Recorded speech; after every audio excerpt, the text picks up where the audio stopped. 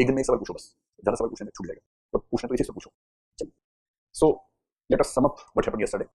अगर आप एक तक का सीरियल देखेंगे, शुरू में आता है रिकैप, 2 मिनट का, कल क्या हुआ था, जब रोनी का सिंदूर गिरा तो उसका पति कैसे खाई में गिरा और उसकी सास और उसकी माँ के बीच में कैसे झगड़ा हुआ। अब देखिए आगे। तो रिकैप का पर्पस है थोड़ा सा आपको याद आ जाए कल आप यहीं थे और यहाँ पे क्या बात हुई थी, आपको ध्यान रहे। So if I remember correctly, we started with values yesterday, right? Regarding values, we studied almost 6 things. Number 1, what is the meaning of value? Number 2, what are the characteristics of values? Number 3, what is the hierarchy system in values? Number 4, types of values. We discussed the types of values on 5 parameters. Then we had a question, are the values objective or subjective? Then another question, are values dynamic or static? Then the last question, what is the role of family, education institutions, and society in the inculcation of values, right? Except society part, everything was done in the first class yesterday, that is class 3 in totality. In class 4, which was second class yesterday, we started with role of society in the inculcation of values. Then we did norms, what are norms and how they are evolved, how they are developed. Then we came to conduct. We understood first, in the world of ethics, we are concerned about the acts only. Any thought, any emotion without acts is not a part of ethics, and even law. Then we understood the actions can be of 3 types: moral, immoral, and non-moral. Involuntary actions are always non-moral. Voluntary actions can be either moral or immoral or non-moral. So only the voluntary actions that can be classified as moral or immoral make the conduct, and conduct is the basis to evaluate anyone's morality or immorality. So if a person is moral or immoral, that will be seen on the basis of his or her conduct, not the involuntary acts or not the non-moral acts. ये सब होने के बाद we discuss one last question, what are the determinants of social ethics or social morality, and we discuss 5 parameters. What a society believes in on the ethical grounds, on the moral grounds, what is moral, what is immoral. These thoughts are based on 5 factors. First is geographical factors, second is demographic, third is economic, fourth is political, fifth is religious or social factors. I hope you remember everything as I just mentioned. Okay. अब देखिए आगे, इसके बाद क्या हुआ, रोली बचेगी या नहीं बचेगी, ये हम आज देखेंगे। कौन है रोली? मुझे नहीं पता, मैंने ऐसे बोल दिया, कोई तो होगी। चलो ठीक है। So after studying determinants of social morality, we have to understand determinants of individual moral actions. What does it mean? कल हमने समझा कि किसी सोसाइटी में सती प्रथा क्यों मोरल मानी जाती है। In one society, Middle East, why do they believe it to be moral to cover the face? So in every society, they have different parameters, they have different reasons to treat something as moral, something as immoral. कल हमने example में भी समझा, one act, single act can be treated highly moral in a society and highly immoral in another society. If a woman says, I will keep my face covered all the times 24/7 throughout my life, and if she lives in Iran, maybe she will be given the highest civil award. And if the same thing happens in France, if a woman says, I will always keep my face covered any place, anywhere, 24/7 throughout my life, maybe she will be put to prison. Same act, same statement. 2 different societies will treat them absolutely differently.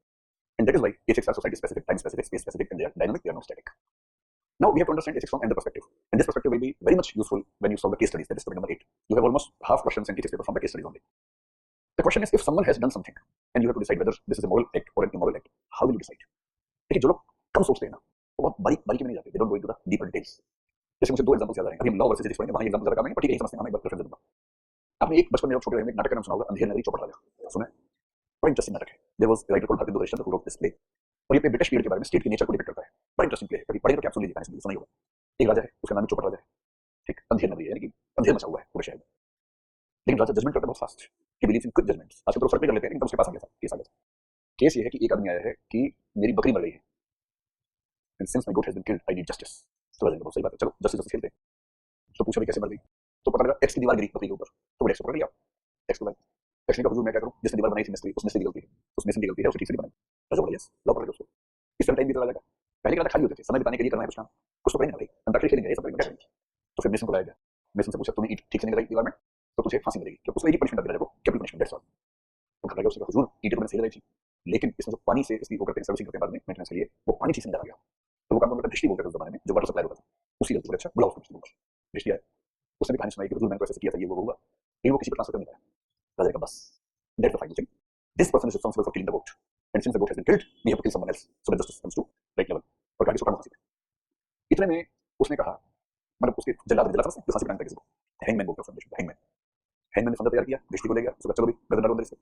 दृष्टि की गर्दन इतनी पतली थी, मोड़ जैसी, और फंदा एक ही था, स्टेट में वो थोड़ा बड़ा था, पूरा टाइट करने के बाद वो अंदर से बाहर निकल जाता था। तो फांसी कैसे दे? फिर राजा के पास प्रॉब्लम गई, राजा ने कहा सो सिंपल, एक काम करो, फंदे के साइज से गर्दन ढूंढो किसी की। The first person you find who has his neck around the size of the rope or the जो इस फंदे को उसको लाओ सुटान दो, because we have to kill someone, that is the demand of justice। तो ढूंढते उनको एक मोटा साधु मिल गया। साधु अच्छा साधु पतला होता है, लेकिन कुछ साधु खाते बहुत मोटे हो जाते हैं, तो मोटा मिल गया साधु, उसकी गर्दन साइज ठीक उसको ले आए, तो हुजूर मिल गया, 4 बजे टांगेंगे, आप आइए तमाशा देखिए, मजा आएगा।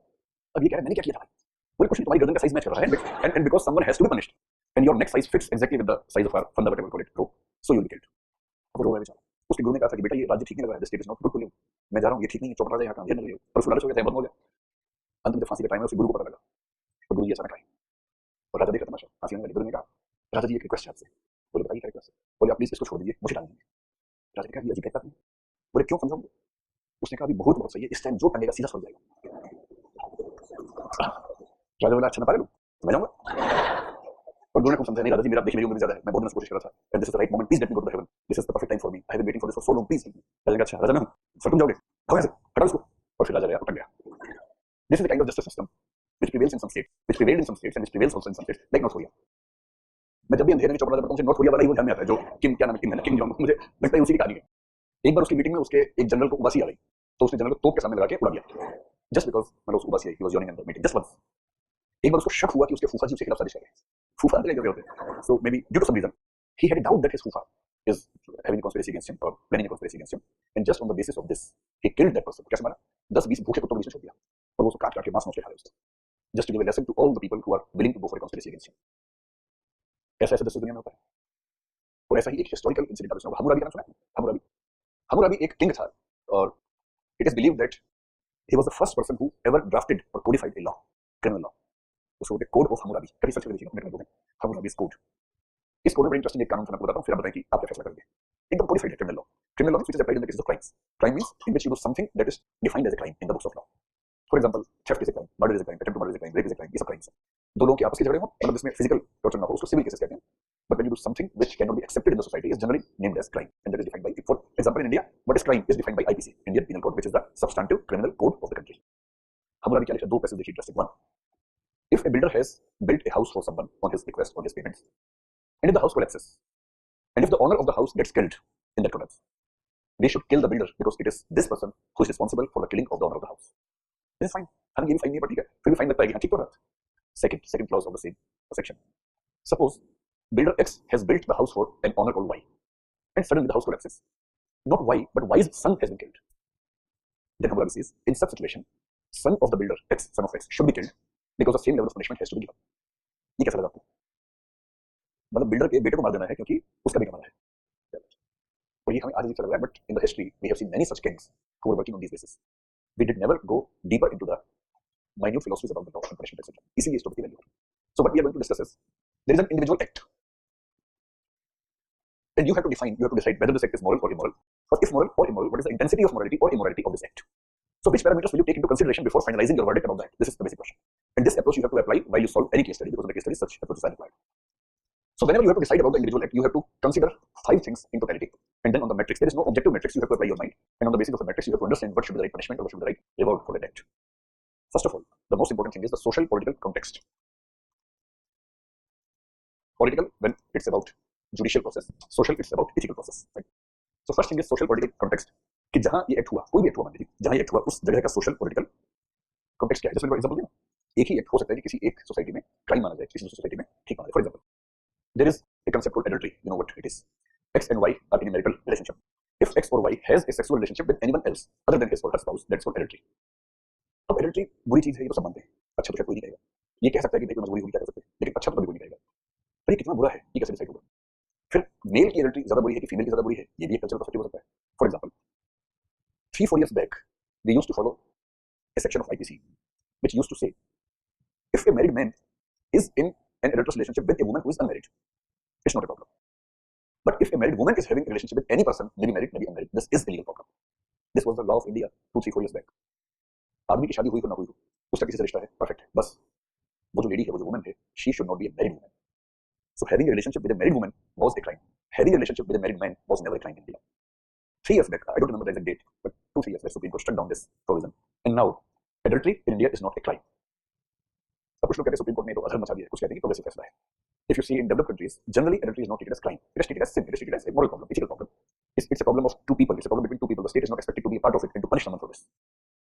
लेकिन if you talk of Iran today, the last batch when I started in online mode, I took an example, I gave an example, I'm forgetting the name of that lady, some M, that lady was Soya M, or M Soya, उसको एक film है पूरी, वो देखिएगा।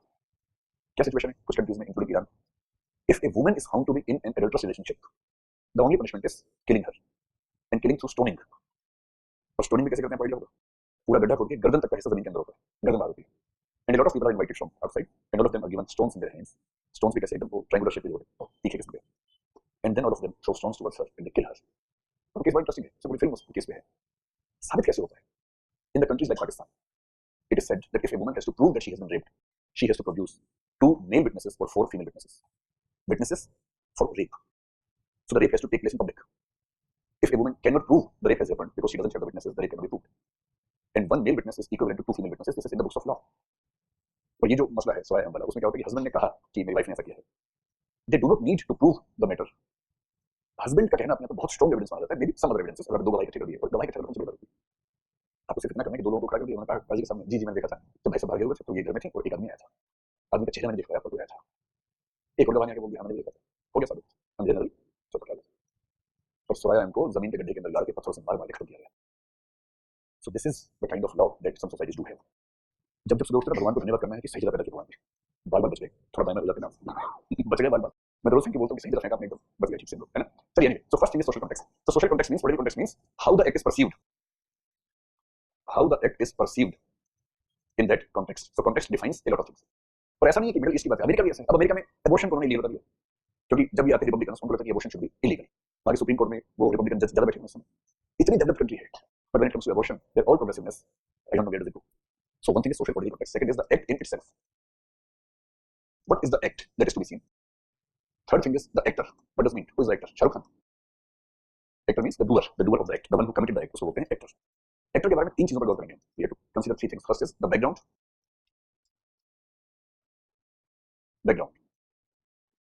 Second is the immediate circumstances.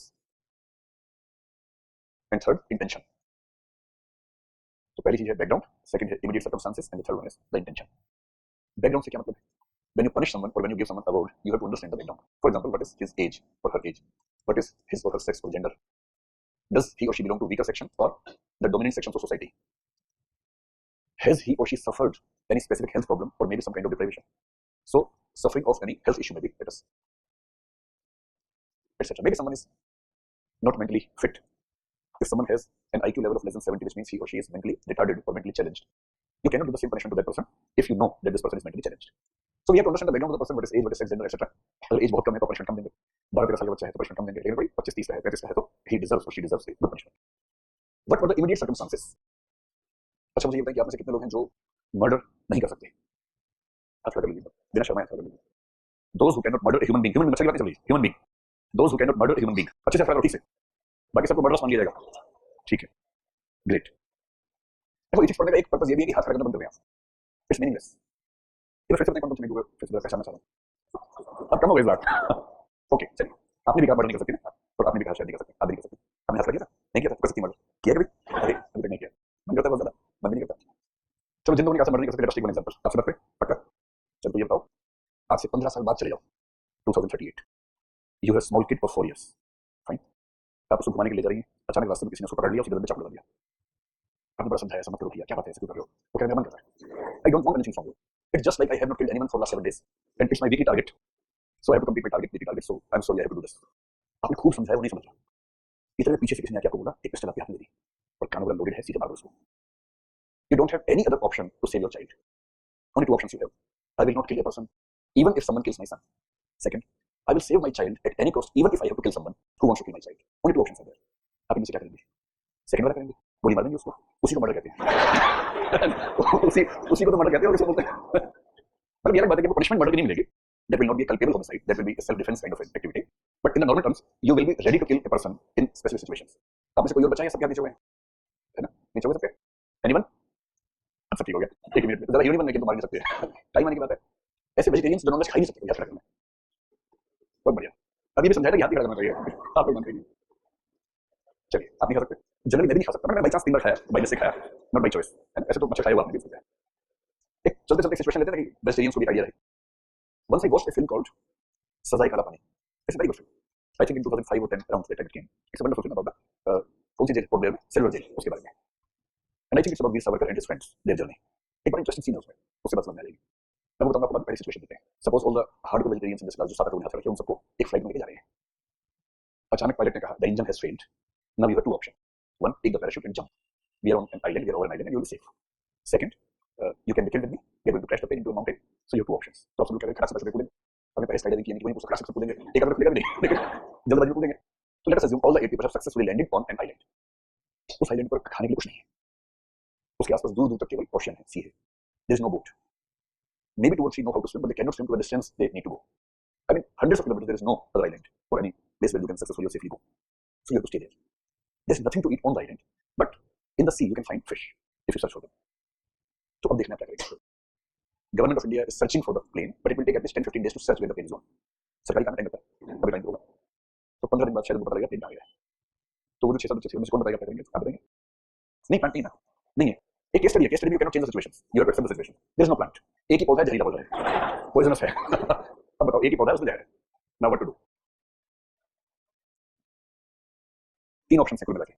ठीक. First option, चुपचाप मछली खा लो. वो भी ऐसे नहीं कि मछली के बोली मुझे खाओ, बोलना पड़ेगा उसको. So first option is you eat fish only in amount which saves you. You are able to survive, not more than that. Just for the survival you eat fish. This is one option.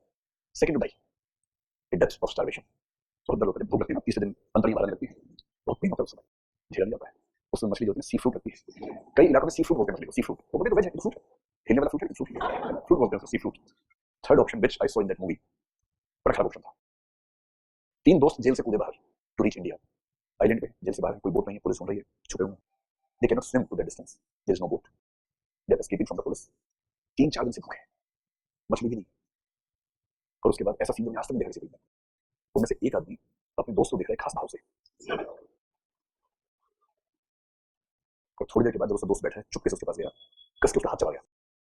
Because he has to survive. And when the survival is in crisis, then no morality और no ethics work. ये ethics तो पेट भरने के बाद काम होता है, खाली पेट काम नहीं होता है. सो this is the third option that you have. First, I will kill myself, but I will not kill a fish. Although I kill mosquitoes every day, but I will not kill a fish. Number 2, I will kill the fish in the quantity which is necessary for my survival. 3, I will not kill the fish, but I will kill my friend. I will eat his hands, not a complete human being, just hand. And because I cannot eat the hand of fish, I will have to kill her, so I will save her. 3 option हैं, चुन लीजिए अपना, बताएं. हैं? Fish? अब भाई साहब, first वाला मर जाएंगे. अच्छा ठीक है, ठीक है, बड़ा मुश्किल होगा. मैं आसान ऑप्शन क्यों दूंगा भाई, तुम्हें कह रहे हैं मुश्किल तो है, दे रहा हूं. आप में से कितने लोग ऑप्शन 1 चुनेंगे? I will kill myself, but I will not eat fish. 1 और 1 2 3 4 1 5 लोग हैं, 6 लोग हैं. I wish you really choose this option. क्योंकि ऑप्शन अभी पेट भरा हुआ है ना, अभी अच्छा लग रहा है, बड़ा अच्छा ऑप्शन है. हाँ, लेकिन 24 घंटे बाद डेविएशन होने पर क्या करें, खा लेंगे? नहीं नहीं नहीं, 36 घंटे बाद वैसे भी तो मरेगी कभी ना कभी.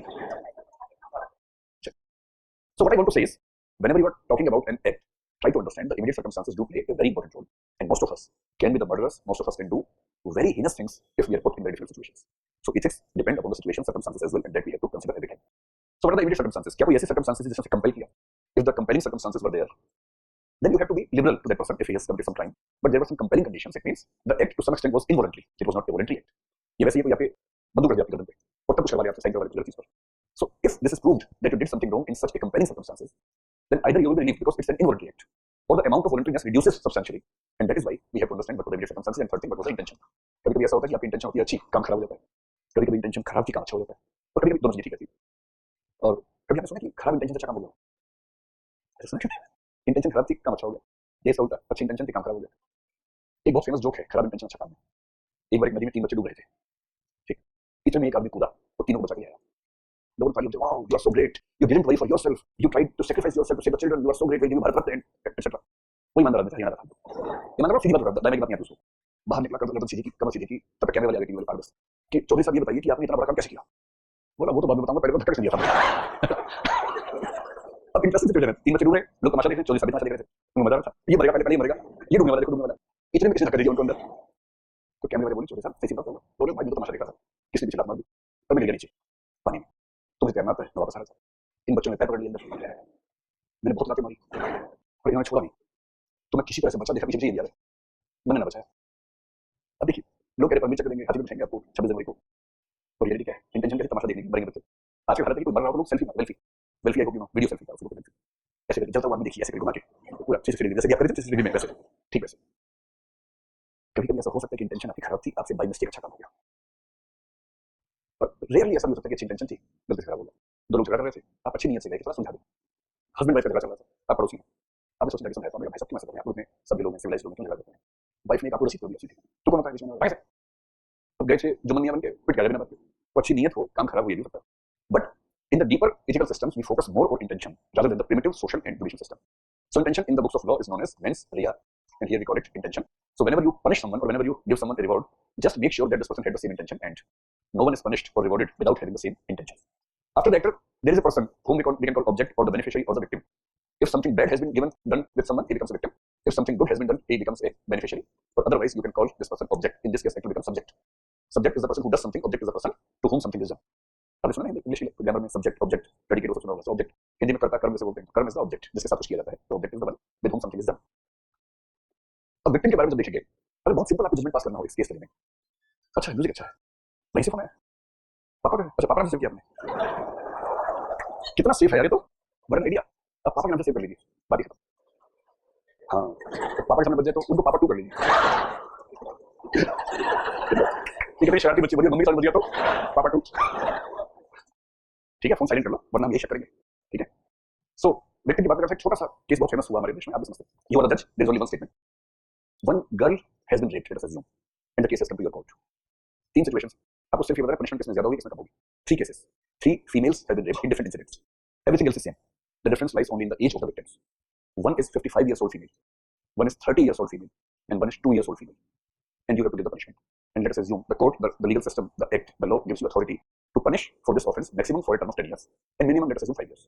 So you can give minimum 5 years punishment, maximum 10 years. Now tell me what punishment would you give in these three cases? Which will be the maximum punishment? 2 years old. The maximum possible punishment that can be given, you will definitely give. Without even considering the situations, immediate circumstances, etc. in general. Number 2, 55. Number 3, 30 years old victim. It means we have a common sense then that says when punishing someone or when rewarding someone, we have to understand the victim also has specific background and circumstances. And the background and circumstances of the victim have also to be considered while deciding about the punishment or the reward. The same goes with the awards. आपने किसी की help की है मान लीजिए, अब help किसकी की, एक ऐसा इंडिविजुअल जो वैसे ठीक था जिंदगी में, और दूसरे केस में जो किसी वीकर सेक्शन से था।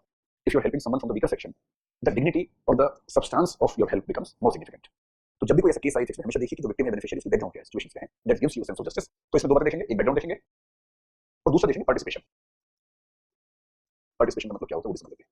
Background is the same thing, आप उसकी एज देखिए, सेक्स देखिए, वीकर सेक्शन से है, हेल्थ इश्यूज तो नहीं है, वो सब चीजें देखेंगे। फिर बताइए कि दो वुमेन हैं, दोनों की उम्र 30 साल है, एक परफेक्टली फिट एंड फाइन है, एक मेंटली रिटार्डेड है, दोनों के साथ मोलेस्टेशन या रेप जैसा कुछ हुआ, will you treat both the incidents equally, और the victim who doesn't have a good mental level, this case becomes more heinous in this matter, becomes more heinous because this woman, this lady doesn't even know how to react, how to stop someone, she can't even understand what this person is doing to her, maybe after a point of time she understands but then it's too late for her, so we have to understand the mental conditions as well, but participation is one thing। कभी कभी इस पर गौर करना पड़ता है, क्या होता है कि हम में से लोगों को ना गुस्सा अलग अमाउंट में आता है, और किसी ने क्वेश्चन पूछा गुस्से पर ही इसे पूरा क्वेश्चन गुस्से के बारे में, एंगर के बारे में, and anger management is a skill which everyone should learn, at least when you are aiming to be a civil servant you have to learn anger management. अगर गुस्सा कंट्रोल नहीं हो तो बहुत मुश्किल होने वाली है जिंदगी, बहुत मुश्किल। पॉलिटिशियंस के लिए और जरूरी होता है, कोई भारी सवाल में थप्पड़ मारे 100 देना पड़ता है, मन में कुछ भी है उस समय, बाद में देख लेंगे गुस्सा में नहीं, you have to learn how to control, how to manage your anger, that is the fundamental skill to be a successful politician. In civil services as well you have to learn anger management. Why? जैसे आप कुछ लोग हैं जिनको भड़काना बहुत आसान काम है, आप कितने लोग ऐसे हैं जो बहुत जल्दी गुस्से में क्या कर देते हैं। हाँ, आपको क्रिमिनल बनाना बड़ा आसान काम, बहुत ही आसान। कोई ऐसा शख्स जिससे आपकी दुश्मनी है, नाराजगी है, वो सिर्फ आपको थोड़ा सा इंसिगेट कर दे, अच्छा है, डरी डरी है, डर नहीं तेरे अंदर, तो तेरे पापा भी ऐसे हैं, तेरी मम्मी भी ऐसी है, खानदानी ऐसा है, लोगों का कुछ कर नहीं सकती। मान लो कोई तुम्हारी सहेली 8 बार ऐसे बोल तुम्हारे सामने, आप झेल पाएंगे? शुरू कर देंगे काम, शुरू कर देंगे, हाथ पैर जो समझ में आएगा उसको मारेंगे ना, ठीक रहेंगे ना। अगर आप बहुत जल्दी गुस्से में आते हैं, it means you are not controlling yourself, someone else has the control over you. अब इसमें दो बातें, if you have a very good anger management तब तो आपसे क्राइम करना ऑलमोस्ट इम्पॉसिबल है। I have seen many such people who have very good anger management, I take myself also to be one of them. बाकी आप लोग try करके देखिए, मैं उस समय में आता हूं, बट आई हैव फिलॉसफी, कोई मुझसे कुछ उल्टा बात बोले मैं ये बोलूंगा, तुम चाहते हो गुस्सा आ जाए पर मुझे नहीं आएगा, मैं गुस्सा अपने टाइम पे लाऊंगा, तुम्हारे चाहने से आ गया तो तुम मुझे कंट्रोल कर रहे हो, तुम बोलो मैं नोट कर रहा हूं, टाइम बेस्ट अपने बराबर, अभी नहीं करेंगे क्योंकि मैं भी गुस्सा नहीं करना चाहता, इट्स माय चॉइस, नहीं करेंगे। कोई कितना भी गुस्सा ले, कोई 10 गालियां देगा, आपने नोट कर ली, 10 हो गई गड़बड़, और 4 दिवस में 14 हो गई बराबर, 20 तक लाऊंगा, प्यार से बोलो, गुस्सा नहीं करना है। गुस्सा हमारी सेंसेस को कंट्रोल करता है, then we are not able to take the right decision, and then our emotions, uncontrolled emotions take the decision. अब सिचुएशन क्या है, एक्टर जो है उसको गुस्सा बहुत ज्यादा आता है, और ये जो है विक्टिम, ये उसको गुस्सा दिलाने में लगा हुआ था, है तो विक्टिम। और कई सिचुएशन ऐसी होती है, कोई लड़का है लड़की दोनों मतलब साथ साथ घूमते हैं, बात करते हैं, अच्छा लगता है उनको, अच्छा लगता था 8 बजे तक, अब तो घूम रहे हैं, अब अच्छा लगना बंद हो गया, पर अब घूम रहे हैं, और लड़की बहुत गुस्से वाली है, हो सकती होगी, लड़का कह रहा है कि देखो मैं कल से नहीं आ पाऊंगा पढ़ना, अच्छा कैसे नहीं आएगा, राहुल वो समझा रहा है, ये और गुस्से में है, उसको भी गुस्सा आ गया, लड़की बोली मैं हाथ काट लूं तुमने ऐसा किया तो, लड़का गुस्से में काट ले, उसे खट से निकाला, चाकू काट दिया, अब ये रोगा क्या कर दिया, मर गया, मर गया, अब उसके दोस्त बताएंगे तेरे ऊपर लगेगा केस, खुदकुशी की नुकसानी का केस लगेगा, अबेटमेंट टू सुसाइड। इस होश में आना नहीं, ऐसा कुछ लगता नहीं है, पर लगता है हट जाता है, unless it is proved that you have substantially played a role in this act, और ये कोई ऐसा substantial contribution नहीं है, तो कह सकती है कि मैंने अपनी इच्छा से नहीं किया, मुझे उकसाया था, and that is why we have to see objectively, did the victim or the beneficiary contribute to that act in the immediate situations, what was the level of his or her participation in that moment, and if there was an involvement, if there was a participation, it means the degree of crime or the degree of act becomes lesser. So this is another angle which we have to take into consideration. Now coming to the last thing, and last thing is consequences. इसको याद रखते हैं, ये by chance हुआ कि intentional बताइए, ये by chance, so this is not a crime. मुझे लगा मैं गुस्से में कॉपी फेंक के मारी नीचे कि ऐसा पढ़ाएंगे तो लीजिए. The last point is consequences. You have to also see the consequences of the act कि वो कितने तुम्हारा बताइए यार. फाइनली तुम्हारी बाइक के पीछे बैठेगा अकेले बाइक मार मार के फेंक देगा ना. कॉन्सिक्वेंसेस क्या है देखिए. What are the consequences of the act. Yes हाँ मतलब मैंने सिर्फ ऐसे कहा कि आप लॉ जानते हैं तो mens rea in IPC is understood as intention but that is for guilt only. That is not for good things. Yes इन्हें क्वेश्चन है कि आपने एग्जांपल दिया 2 इयर्स 30 इयर्स 55 इयर्स. तो 55 वाले में पनिशमेंट ज्यादा क्यों होती है सिविल में?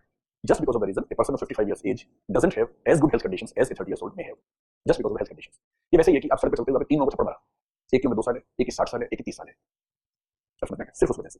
There is no reservation to 50 plus people so that is just because of the possible health conditions of those people. Consequence according to कुछ और बता. मैंने केस पढ़ा नहीं है पर केस अगर होगा तो हम भी ऐसा ही करेंगे. एक केस का जिक्र करें अमेरिका में. बोट है, 5 लोग बैठे हैं, अचानक बोट डूबने वाली है. बोट को बचाना है तो किसी एक को जाना होगा अंदर पानी में. बच नहीं पाएगा तो लेट अस अज्यूम उन 5 में से 4 फिट हैं, एक अनफिट है. बताइए अनफिट है, अनफिट है.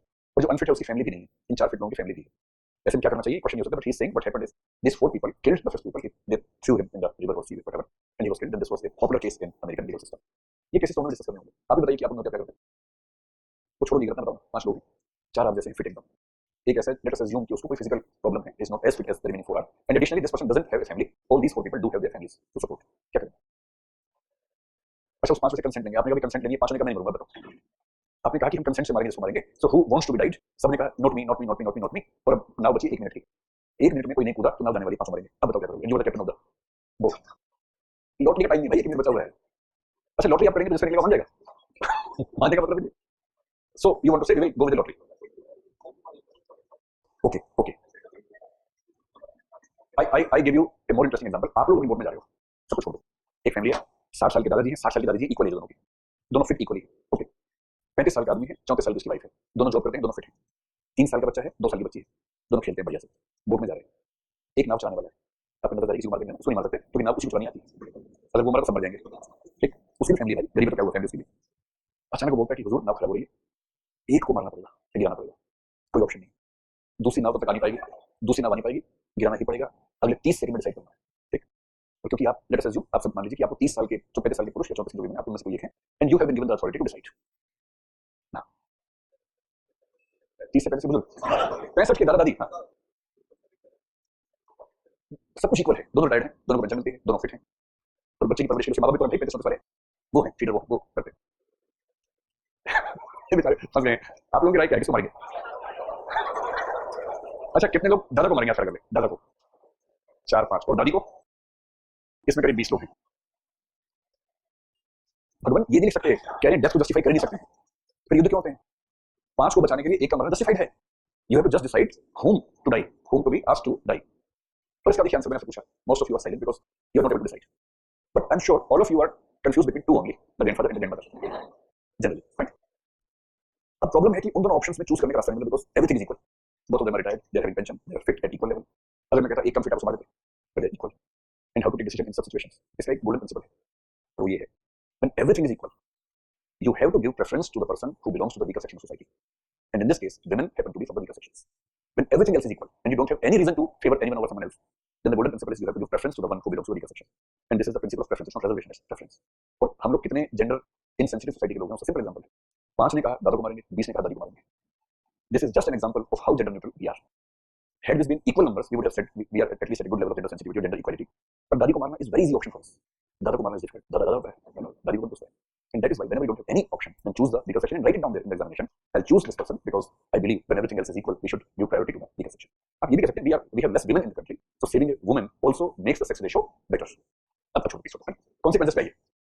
Consequences में 2 बातें ध्यान रखना. First, consequences on whom. तो इसमें आपको victim का क्या consequences है उनको भी देखना है और society के क्या consequences है उनको भी देखना है. Sometimes the consequences are not only on the victim, they are also on the society, especially in the criminal matters. You must remember in 2012 most likely there was a case in Delhi जिसको हमने Nirbhaya case कहा था. You remember that? आप लोग शायद दिल्ली में नहीं होंगे. You must have heard about this. Nirbhaya के साथ 6 लोगों ने जो किया उस बस में, आपको लगता है कि सिर्फ इन 6-7 लोगों का आपस का मामला है? ये सोसाइटी भी एक पार्टी है इसमें. सोसाइटी की party. Because the consequence, physical consequence was only on that woman, on that girl. But the fear psychosis, but the psychological impact comes on all the people in the society, not only women. The men who have sisters, the men who have daughters, even they are afraid for their family members every time. And when someone does something of this sort, by giving punishment, we have to take into consideration the impact on society. Then see the term. There are some impacts which are short term in nature, there are some impacts which are long term in nature. don't just see the short term impacts, also see the long term impacts. And then coming to the victim normally, what kind of significance, what kind of consequences we are looking at. It's not only the physical consequences, it's also the social, it's also the financial, it's also the psychological. You know, the concept of rape is very different in different societies. It's hugely different in different societies. इसको जो समझिए कि जैसे let us assume a rape kind thing has happened to a 25 year 30-year-old female. जो इसका physical impact है, biological impact है, ये है तो सही, but is it a very huge impact? Or this woman will be out of the physical dangers or threats in some days? आपको जवाब देना मुश्किल है सवाल का. चलिए नोट सिंपल पूछ लेता हूँ. रेप की ज्यादा प्रॉब्लम फिजिकल है या साइकोलॉजिकल है? ये क्लियर है. And this is linked to individual psychology और social psychology. And that is why in the countries like India and like Pakistan, Bangladesh, these countries, rape एक इंसिडेंट के तौर पर हुआ, मान लीजिए किसी के साथ 20-25 की उम्र में, which was an incident, a physical violence, A case of physical violence. Physical violence और भी तरह की होती है. किसी ने किसी को जोर से मार दिया, सड़क पर गिरा दिया, खून निकाल दिया मार मार के, that is also physical violence. इस फिजिकल वायलेंस का इंपैक्ट खत्म होने में 6 महीने लग जाएंगे. कोई नीचे गिर गया बहुत तेज, उसका सिर फट गया. The physical biological impact of the incident called rape, if it is a normal rape, it's not very much heinous and other activities are done to this person, maybe 10-15 days. But a person to whom physical cruelty has been done in any other form, he doesn't have to face any social guilt. Psychological threat उसके ऊपर नहीं आता है. तो rape के case में क्या होता है कि भारत जैसे देशों में throughout the life people put a label on the forehead of the woman that she is the one who had been raped. Developed countries में जो सिचुएशन है वो काफी अलग है. वहाँ रेप एक फिजिकल इशू ज्यादा है, सोशल इशू कम है. और वहाँ रेपिस्ट को खराब नजर से देखने की टेंडेंसी ज्यादा है, विक्टिम को खराब नजर से नहीं देखा जाता है. And we happen to be a society in which victim is penalized every day, and the criminal is not even treated as accused. Sometimes he is even respected to do such crimes. And that is why we have to understand the impact is not only physical in different cases, it's also social, it's also psychological, it's also financial, and all the impact taken together has to be addressed when you are deciding about a case. Understood? So this was a topic called how to decide about individual acts. अब इसके बाद हमें कुछ comparison करने होंगे. Let us start with some comparison. One comparison is ethics and morality. Ethics and morality. ये question भी शायद पूछा है यूपीएससी ने या यूपीएससी से पूछा है. यूपी में पूछा गया. What is the comparison between ethics and morality? देखिए इसको यूं समझते हैं. There is a concept of synonymity, और सिनोनिम आप जानते हैं क्या होता है. And what I want to state in the beginning is ethics and morality are generally synonyms. And when they are asking the question on two synonyms and the differences between the synonyms, it's very difficult to tell how can we differentiate between the two. तो एक concept से बात शुरू करते हैं, फिर उसको apply करेंगे इसके ऊपर. आपने बचपन में खूब सिनोनिम्स याद किए होंगे, ये थे ना बहुत सारे. जैसे मछली का कैसे सिनोनिम होता है? फिश. कुछ तो होता होगा. मत्स्य होता है, मत्स्य ना, मत्स्य नहीं होता, मत्स्य होता है. तब याद है, सब याद है. ठीक, मीम भी होता है. क्या बात है, परफेक्ट. सी फूड, ये करिए सी फ्रूट. चलिए. So when we talk about synonyms, you will be surprised to know that in the recent linguistic philosophy, it has been finally accepted. There is a philosopher called Quine, Quine, the ones who have philosophy as optional subject, they will be studying this philosopher, and he gave a concept called radical translation. It's a very interesting concept. So what does he say? He says no two words in this world can be synonyms. There are no synonyms possible. And why does he say so? Language works on the principle of minimalism. You know what is minimalism? Consuming least resources as less as possible. Just to sustain yourself, you have to consume least possible resources. This is called minimalism. And language is not created in a laboratory, it is created in the society. And society is very smart. Society के लोग क्या करते हैं कि language tough ना हो, इसलिए कम से कम वर्ड से काम चलाना चाहते हैं. अगर एक वर्ड से काम चल सकता है, you won't ever find two words for the same thing if it can be managed with one word. Whenever it's not possible to manage with one word, we will have to find out another word, and that will be used in the specific context. अगर उस context को हटा दें, if we are not considering the word in a specific context, then you can find two words to be synonyms. But if you put the context, then you will find these are not perfect synonyms. So what this philosopher Quine said, synonyms are of two types. One is complete synonyms, and the second one is incomplete synonyms or imperfect synonyms. And then he says there are no complete synonyms in this world. We only have incomplete or imperfect synonyms. आपके जो book वाले notes में आज मैं सुबह देखा था, उसमें एग्जांपल दिया हुआ है. एग्जांपल ये दिया हुआ कि एक शब्द है वुमन, एक शब्द है लेडी, और क्या हो सकता है, एक है फीमेल. इनको नॉर्मली सिनोनिम्स मान सकते हैं. At least when you have to denote someone, if you're denoting to a homo sapiens who happens to be a woman, you can say that female, that lady, that woman. And till the time you are indicating towards someone who is stranger to you, all the three words significantly address to your concern, and you are able to communicate what you wanted to. It means in this context we can say all the three words are equal synonyms because they are able to denote the person you wanted to denote. But if you go deeper, do you really find the three words are complete synonyms? When we talk about female, we are just focusing on the biological part of that person. Hindi में नरमादा बोलते हैं. सोनिया जी के बारे में मजाक है, उन्होंने कहा कि हम जल्दी ही नरमादा बांध बनाएंगे. वो नर्मदा को बोलते थे, नरमादा बोल दिया था एक बार, तो लोगों ने बड़ा मजाक बना दिया था. उनको हिंदी नहीं आता है ना, क्या करें, थोड़ा थोड़ा सीखा है. But when you are saying she is a female, this is so derogatory. When you know a woman or a girl or a lady and you say she is a female, it means you have reduced her to a biological being, nothing more than that. When you say woman, you are neither respecting her nor disrespecting her. हाँ, woman से as का पता लगता है कि ये छोटी बच्ची तो नहीं है, ये स्कूल तो नहीं जाती होगी, जाती होगी स्टूडेंट टीचर बन जाती होगी, और कॉलेज में होगी तो खतरा है कि वुमन कहा जा सकता है, लेकिन गर्ल कहना ठीक है. आप लोग जिस एज में है, इस एज में पहली बार छोटे बच्चे आपको गारंटी बोलते हैं. ऐसा हुआ आपके साथ, है ना? ये तो हो जाएगा, देखिए जल्दी हो जाएगा. छोटे बच्चों भगवान होते हैं ना, तो भगवान रूप होते हैं, सच बोलते हैं. अब जिस एज में है, जल्दी पहली बार आंटी और अंकल सुनेंगे अपने लिए, और पहली बार ना कलेजा खिंच जाता है एकदम. लगता है आग लगा दूं मैंने, अभी तो कुछ हुआ ही नहीं जिंदगी में, वैसे आंटी अंकल, पर होने वाला जल्दी है आपके साथ। तो यार ये तो जिस दिन कोई आपको कहे आंटी, आप समझने की गर्ल की जगह वुमन हो गए हैं। अब लोग आपको उस लिहाज से देखते हैं कि आंटी आ रही है और रास्ता दे दो कहीं गिर ना जाए, वो सब बात आता है। But when you call someone lady, this is so respectful. If a woman is gorgeous, if a woman is beautifully dressed, if a woman is elite, she uses a very good language, she has good gestures, and generally she has a good persona, good personality. She knows how to talk, she knows how to behave. Then you say lady. But when you have to denote someone, you don't know her, you can use any word. It means these three words can be used in place of each other at some times, but when you are using the words specifically, you cannot say these words are synonymous. The same goes with ethics and morality.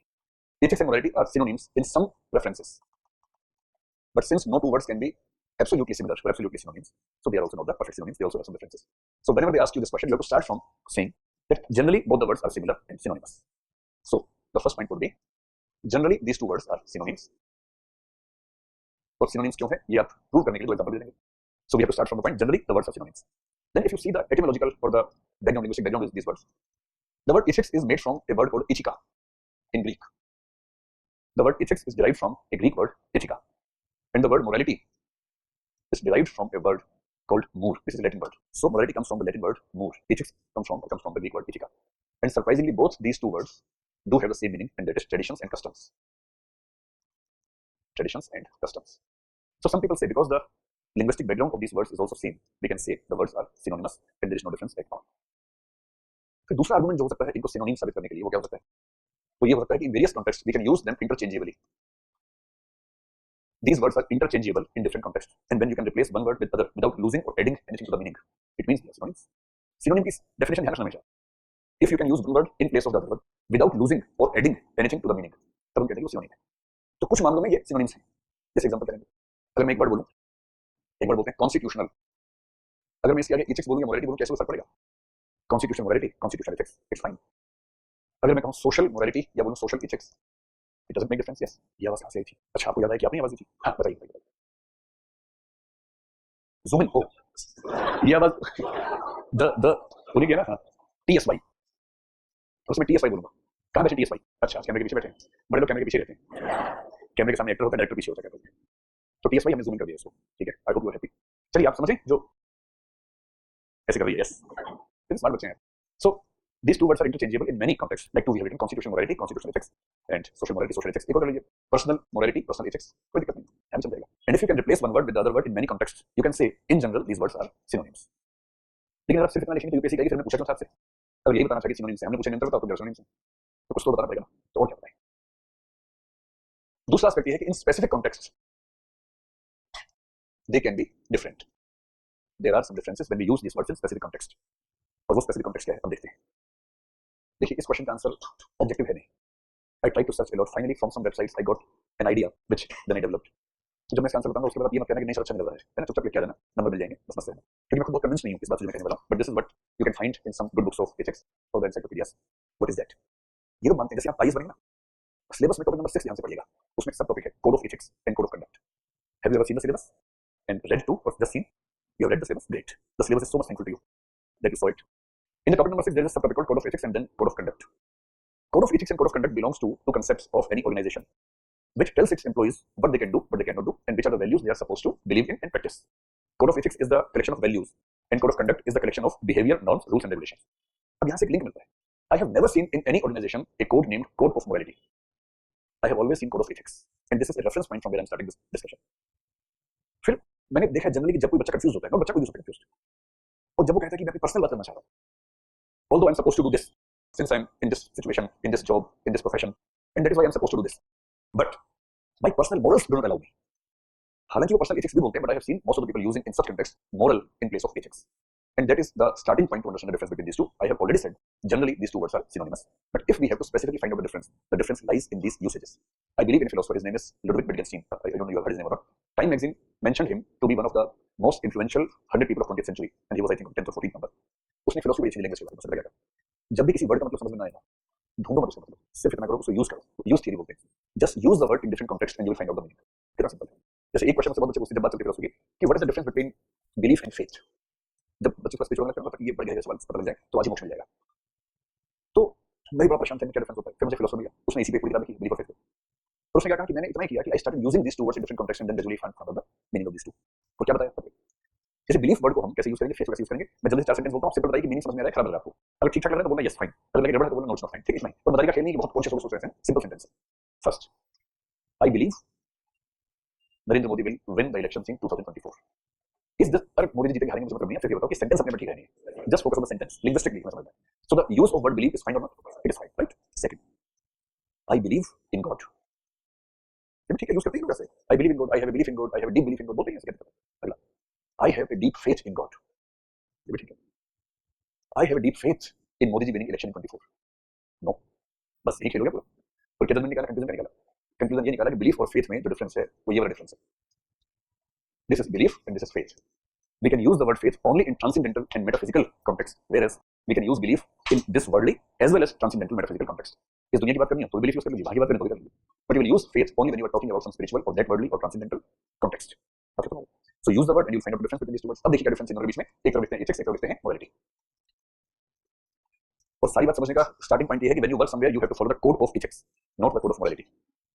तो सबसे पहली बात है code of ethics, और ethics is primarily external and morality is internal। आपके parents ने, school ने, college ने जो सिखाया वो एथिक्स है, आपने वो सारा सीख लिया, थोड़ा एडजस्ट कर लिया उसको, थोड़ा एडजस्ट कर लिया, और एडजस्ट करके जो हलवा बनाया वो आपकी मोरालिटी है। Ethics is what has been given to me, morality is what I believe in, this is my personal combination or collection or whatever.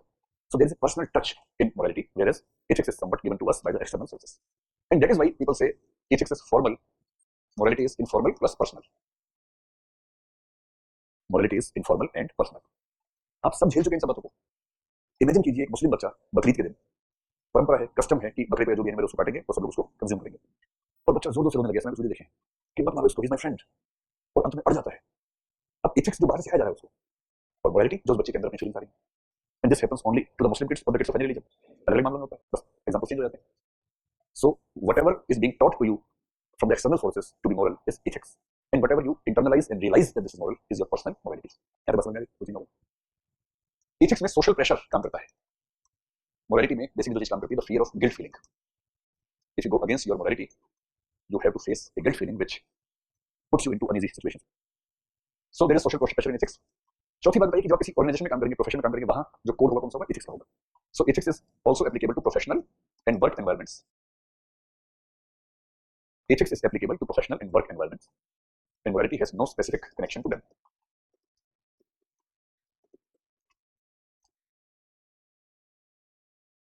Will you be able to write these four differences? And now on the basis of one or two examples you can finally explain in detail the difference between ethics and morality. इसके difference को समझने का example क्या होगा, आप किसी dilemma को ध्यान रखिए, dilemma. And generally when you are in an ethical dilemma you are something, yes, formal and informal का मतलब है। फॉर्मल का मतलब सिस्टमैटिक, कोडिफाइड, एकदम ये करना है, ये नहीं कर सकते हैं। जब चीजें कोडिफाइड हो और ऑर्गेनाइजेशन में है, सिस्टमैटिक है, ये फॉर्मल। और जब सिस्टम में नहीं है, इनफॉर्मल है। जैसे जब आप पेरेंट्स के पास जाते हैं, अभी उम्र में आप बड़ा फॉर्मल रिलेशन, बेटियों का काम होता है बेटों का ज्यादा फॉर्मल। बेटा बाप आपने सामने सोचिए, सोचिए समय का बेटा बाप के सामने खड़ा है, कितने मिनट बात होगी, 1 मिनट मैक्सिमम। बेटा बोलेगा नमस्ते पापा, पापा बोलेंगे नमस्ते बेटा, फिर में से कोई पूछेगा आप कैसे हो, दूसरा कहेगा मैं ठीक हूँ, तुम कैसे हो, आप कैसे हो, मैं भी ठीक हूँ, बात खत्म। इसके बाद चौथा सेंटेंस है ही नहीं इनके पास बात करने के लिए, और 10-20 सेकंड के ब्रेक बोलते हैं, और फिर जवाब आता है बस चलिए फिर चलता हूँ, हाँ ठीक है कल मिलेंगे, फिर पैसे थैंक यू पापा, जीते रहो बेटा। ये स्क्रिप्ट हर घर में चल रही है, ऐसे चलती है ना, खुश हो रहा है, इनको कैसे पता घर में क्या चल रहा है, सबके घर में ही चल रहा है। जवान लड़का उसका बाप, ये इनफॉर्मल बात कर नहीं सकते, बहुत फॉर्मल रिलेशनशिप है, डिस्टेंस है, दिल की बात नहीं करनी है, केवल वही जो ठीक है बस, ये फॉर्मल है। इनफॉर्मल क्या होता है, बेटी और मां मिले, 3 घंटे बाद तो बात शुरू होगी, 3 घंटे तो पता नहीं क्या क्या हुआ था, इतना ठाका चल रहा है, ठीक ये हुआ वो हुआ, और पता नहीं और मम्मी एक दिन आ जाएगी, अब बेटा एक दिन आ जाएगी, 3 घंटे बाद पापा ने पूछा भैया खाना बनेगा आज, अभी तो बात शुरू की हमने, तुम्हारे से दिस इज इनफॉर्मल। और आप देखेंगे सबसे ज्यादा मजा दोस्तों के साथ आता है, क्योंकि दोस्तों का रिश्ता वो है जो इनफॉर्मल है। There is no formality in a good friendship relationship, and that is why you like the most your friends, because you are not supposed to be formal in front of them. लगभग सारे पर्दे हट जाते हैं वहां पर, थोड़ा सा बचता है उसके बाद भी, लेकिन लगभग सारे हट जाते हैं, और घर जाते ही 10 पर्दे लगाने पड़ते हैं आपको। एक तो आपकी लैंग्वेज एकदम चेंज होती है अंदर घुसते ही, जो आदमी घर के बाहर हर सेंटेंस में 5 मुहावरे इस्तेमाल कर रहा है, घर के अंदर घुसते कौन सा वॉल है पता नहीं, घुसते को सारे वर्ड्स गायब हो जाते हैं भाषा में, आता ही नहीं वो शब्द। और जिसका वॉल थोड़ा ठीक नहीं है, एक आधा मुंह से निकल जाता है कुछ, पर फिर घर के लोग इस तरह देखते हैं उसको। आप इसे कितने बार करते हैं, घर में गाली दी गलती से, मम्मी पापा के सामने गाली दी किसी ने, तो लोग इसको ध्यान दीजिए, पापा के सामने दी, मम्मी तो फिर भी पापा के सामने दी, पापा के सामने, फिर भी वापस आ गए जिंदा। चलो डायलेमा देखिए, 2 डायलेमा लेंगे, इससे होगा यस। देखिए डायलेमा क्या है, एथिक्स और मोरालिटी का डिफरेंस समझने के सिंपल एग्जांपल सारी कहानी साफ हो जाएगी। Example belongs to a doctor, हम एग्जांपल डॉक्टर का, ठीक। In India do we have the permission of euthanasia, active euthanasia? No, we do not have the permission of active euthanasia in India, but we have the permission of passive euthanasia provided the whole process has been completed. There is a process, there is a procedure which also involves a high court, and before that you cannot, I mean, doctor cannot give the passive euthanasia to any patient. Situation सोचिए, आप खुद को IPS मान लीजिए, ये doctor मान लीजिए, दोनों में से कोई भी सोच लीजिए, ठीक है, दोनों में चल जाएगा। यूथनेशिया क्या होता है? Oh I thought you know, euthanasia is the practice of killing someone. Two, three conditions are there. One, if someone is terminally ill, which means he or she cannot be cured. Number one. Number two, he or she is also suffering a lot of pain. To end his or her sufferings, they kill him or her medically. This is euthanasia. Active euthanasia means we give some maybe medicines or something to kill him or her. Passive is this person is living on some devices, on some apparatus, on some machines, maybe the machine to give oxygen, maybe some machine, some machines which are keeping him alive, otherwise he will be dead. As soon as you remove the machines, he will be dead. So you are keeping him alive with the help of some machines. This is, if you remove the machines, if you remove the external support to survive, to help the survival, this is passive euthanasia. And if you specifically give some drugs or some injections, etc., to kill this person, this is active euthanasia. So in some countries, active euthanasia is allowed, like Switzerland has nowadays a new kind of tourism, suicide tourism, euthanasia tourism चलता है आजकल, वहाँ ये allowed है। तो कई लोग जिनको लगता है कि टाइम हो गया मरना चाहिए, वो वहाँ जाते हैं और फॉर्म भर के पेमेंट करके मर जाते हैं। पेमेंट नहीं करेंगे, वो उनका बिजनेस है, खर्चा होता है उनका, तो वो पैसे लेते हैं कि आप मुझे पेमेंट करनी तो मारेंगे। ऐसे ही होता है, गैस चैम्बर्स होते हैं, एंड वेरी पीसफुल डेथ। इतनी पीसफुल डेथ है कि लोग वहाँ जाते हैं कि भाई जैसे पेमेंट $1000 से पेमेंट कर दिया, अब वो एक कमरे में भेजेंगे, उसमें गैस चैम्बर केबिन के अंदर बिठा देंगे, वहाँ कंप्यूटर लगा स्क्रीन है, उसमें लिखा है कि डिस्क्लेमर्स होते हैं सारे, your name is this, you are from this country, your age is this, and you have decided to die. If everything is fine, please enter. If not, please escape. Or enter. Yes, this is me. I want to die. फिर next scene लिखा हुआ है, you know all the rules and regulations. As soon as you enter the next button, the leakage of gas will start. You will sleep in 1 minute, and you will die in next 2 minutes. You won't have any pain. You won't have any feeling. You will just sleep and die. Do you understand this process? Yes, no, yes, I understand this process. फिर last, this is the final screen. Are you ready to die? If you press enter, your death will start, and it will take 2 minutes without any pain. If you want to go back, press the button back, and the machine will be switched off, and you can go back. But no money will return back to you. ऐसे लिखा होता है। वहाँ चाहिए होता है हौसला, और वहाँ लोग लंबी सांस लेके बोलते हैं बैक। पर जिसको मरने का शौक है वो कहता है एंटर, बस वो गैस कार्बन मोनोऑक्साइड आती है, नींद आ जाती है, पता नहीं चलता है, उसको फिर नींद आती है सीधे ऊपर। This is euthanasia active, but in India we don't have active euthanasia, we have passive euthanasia. तो डॉक्टर्स मार सकते हैं, बट हाई कोर्ट से परमिशन चाहिए, लंबा प्रोसीजर है उसके बाद। अरुणा शानबाग केस देखिएगा, that was the case in this decision was given under article 21 of the constitution. So you are a doctor और एन आईपीएस ऑफिसर, सिचुएशन देखो, आपको पता चला कि बिल्डिंग में आग लग गई है और आप बचाने गए, फिर आप आईपीएस बचाने गए, डॉक्टर तो बुलाया आपके पास, और एक ऐसे इंडिविजुअल को लाए हैं जिसकी उम्र मान लीजिए कि 30 साल है, 95% जल चुका है, ये जल चुकी है बट और लेकिन उसकी कॉन्शियसनेस बची हुई है, एंड ही और she is suffering through a lot of pain, unbearable pain, intolerable pen.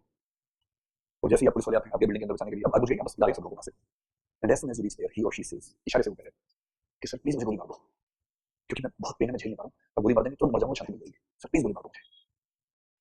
अब डॉक्टर है तो समझ लीजिए पेशेंट आपके पास आ गया, ऑपरेशन बेड पे है, तो जैसे आपने देखा कि ये बचाना पॉसिबल नहीं, and the patient tells you sir you have lot of drugs, I am just giving it so that I can die peacefully. अब इस डॉक्टर का जो कोड ऑफ एथिक्स है, it says you can not kill a person, you have to make every attempt to save the life of a person until or unless he or she is dead. बेशक आपको पता है कि मरेगा, but you can never say कि आप मरेंगे, you have to try your best to save him or her. And since the legal aspects are also there, you cannot kill any person. पर पैसिव यूथनेशिया के लिए process पूरा करने का time नहीं बेचारे के पास, वो हाई कोर्ट में बोल रहे हैं, 10 दिन इसके पास मुश्किल से 4 घंटे बचे हुए हैं, and he is saying sir I also know some medical science, I know my life is not more than 3-4 hours, I don't want to suffer this pain for more hours, please kill me sir. अब आप बताएं कि अगर doctor आप होते तो क्या करते हैं, या आईपीएस होते, बंदूक एकदम तैयार है, लोडेड गन आपके पास है, और वो कह रहे हैं आपसे ऐसे करो प्लीज समझ मार दीजिए, ऐसे करो सब मांस हाथ से गिरता है, गल के बेचारे का हड्डियां मार रही हैं, हड्डियां लगा, सब प्लीज मार दीजिए। अब इमेजेस बना रहे हैं, उसकी वजह से सोचिए सिचुएशन क्या करना है, मार देंगे नहीं मारेंगे, कितने लोग मार देंगे और कितने लोग नहीं मारेंगे, ऑलमोस्ट इक्वल। और सबसे ज्यादा कुछ नहीं करेंगे, वो कभी कुछ नहीं करते, कभी हाथ नहीं खड़ा करते, उन्होंने हाथ खड़े कर दिए। ये बात समझ में नहीं आता। So if you kill that person, you are going according to your morality, which is personal. If you do not kill this person, then you are going according to your ethics, which are formal, systematic, organizational, legal, external. And when you are going according to your personal value system, you want to help this person die.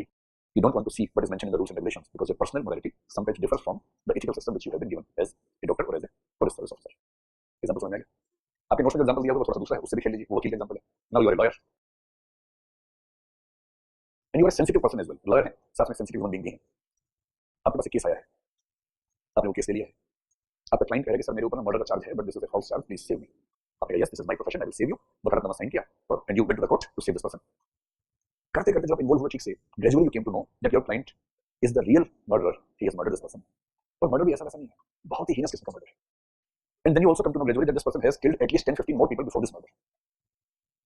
And in his area all the people are afraid of him because he is a serial killer, and not only killing, he is involved in a lot of crimes, other crimes as well. And then you come to know the person who has been killed by your client was an innocent woman who just wanted to get a dignified job in his company or in his office. He wanted to have physical relationship with that woman. When she denied, this person killed her. First he used acid on her, and then he finally killed her. आपको चेहरे कैसे भाव आते हैं, कहानी सुनाता हूँ। कहानी है, रियल नहीं है, पर कहानी का मतलब ये लगता है कि रियल है, फिर चेहरे के भाव ऐसे मिलते हैं। Now you are the lawyer, and when you come to know everything about him, अब क्या करेंगे? Since he is your client, and the code of ethics for the advocates, which is mentioned in the Advocates Act 1961, it says if you have taken a case, you have to do your best to save your client. तो आपका ethics कहता है saving the client. आपका client कौन है? वही क्योंकि इससे 15-20 मर्डर किए मैं वो एक और भी कर सकता है, ध्यान रखना है। So your ethics say that you should save him and your morality says not to save him but to leave the case. तो कई बार तो मन करता है लीव नहीं करूंगा केस, केस इस तरह से करूंगा कि इसको फांसी हो जाए, इसको बचाने के लिए नहीं लड़ूंगा, एक्टिंग करूंगा बचाने की, और मैं इतना कमजोर फांसी हो जाए। In both the situations, even if you leave the case or if you fight the case in a way that he gets capital punishment, even then you are going against your code of ethics. So this is a clash between the ethics and morality. And whenever such things happen, when you become IAS officer, almost every month you will be facing some situation in which your ethics would say something else and your morality would say something else. And that is why we say ethics is an impersonal, professional, formal, external thing, whereas morality is an personal, apersonal, informal, और ये सब चीजें हैं internal करेंगे, ये सब words use करेंगे, ठीक है? चलो यस, हाँ, लेकिन ध्यान रखो सोशल एथिक्स एक्सटर्नल है, प्रोफेशनल एथिक्स भी एक्सटर्नल है, and when you are in a profession you have to do according to your profession, that is fine, that's not a problem. Morality कहीं और से आती नहीं है, दुनिया भर का एथिक्स सुन सुन के आप उसके कॉम्बिनेशन बना लेते हैं अपने अंदर, दैट इज योर मोरालिटी। एक ऐसा बच्चा जो किसी नॉन वेज खाने वाली फैमिली में हो पर उसको बाई चांस कुछ ऐसे इंसिडेंट देखे कि उसका मन नहीं करता नॉन वेज खाने का, एथिक्स क्या करें? हाउ उसकी अपनी मोरालिटी है कि नहीं खाऊंगा, इसका उल्टा होता है ना। फॉर एग्जांपल फैमिली में सब खा रहे हैं, अभी बच्चा स्कूल गया, मैं अपने घर का नहीं, हमारे घर में सब शाकाहारी लोग थे। जब मेरा बेटा पहली बार स्कूल गया, उसका जो बेस्ट फ्रेंड बना वो एक सिख बच्चा था। अब वो अपने खाने में जो लेके आता था उसमें चिकन मटन होता था कुछ, इसके में सिंपल वो शाकाहारी खाना होता था। अब बच्चे जैसे करते हैं तू मेरा खा मैं तेरा खाऊं, एक बार खा लिया, उसे मजा आ गया खा के, फिर घर आके बोला कि मैं कहाँ पैदा हो गया, पास ये मिलता है, you don't deserve to be my parents.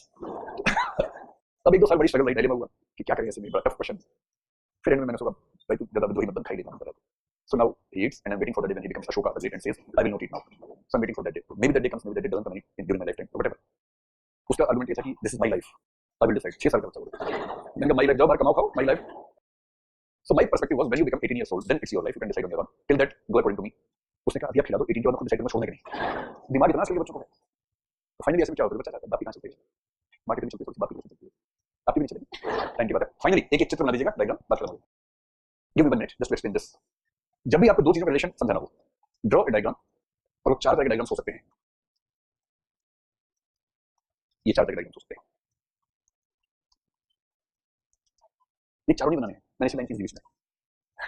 ये कह रही है पागल 5 हैं, 4 नहीं है।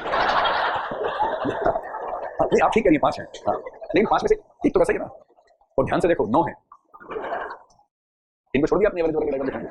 मैं दरअसल कहना चाह रहा हूं, this is the relationship between morality and ethics, but just to let you understand the meaning of this diagram, I am explaining you there can be 4 kinds of diagrams whenever you explain the relationship between two things, and whenever they ask you relationship between two things, just make a diagram and explain it, that is the easiest way of writing answer. देखो एक situation हो सकती है when two things are completely different from each other, they are completely separated from each other, like this.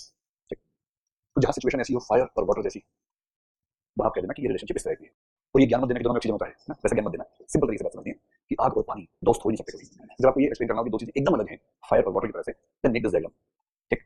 अगर आपको कहना हो कि one thing is superset and one thing is subset, जैसे एग्जांपल देना हो कि बर्ड और crow, each crow is a bird but each bird is not a crow, so whenever the relationship is of set and subset, superset and subset, then you have to make this kind of diagram, fine.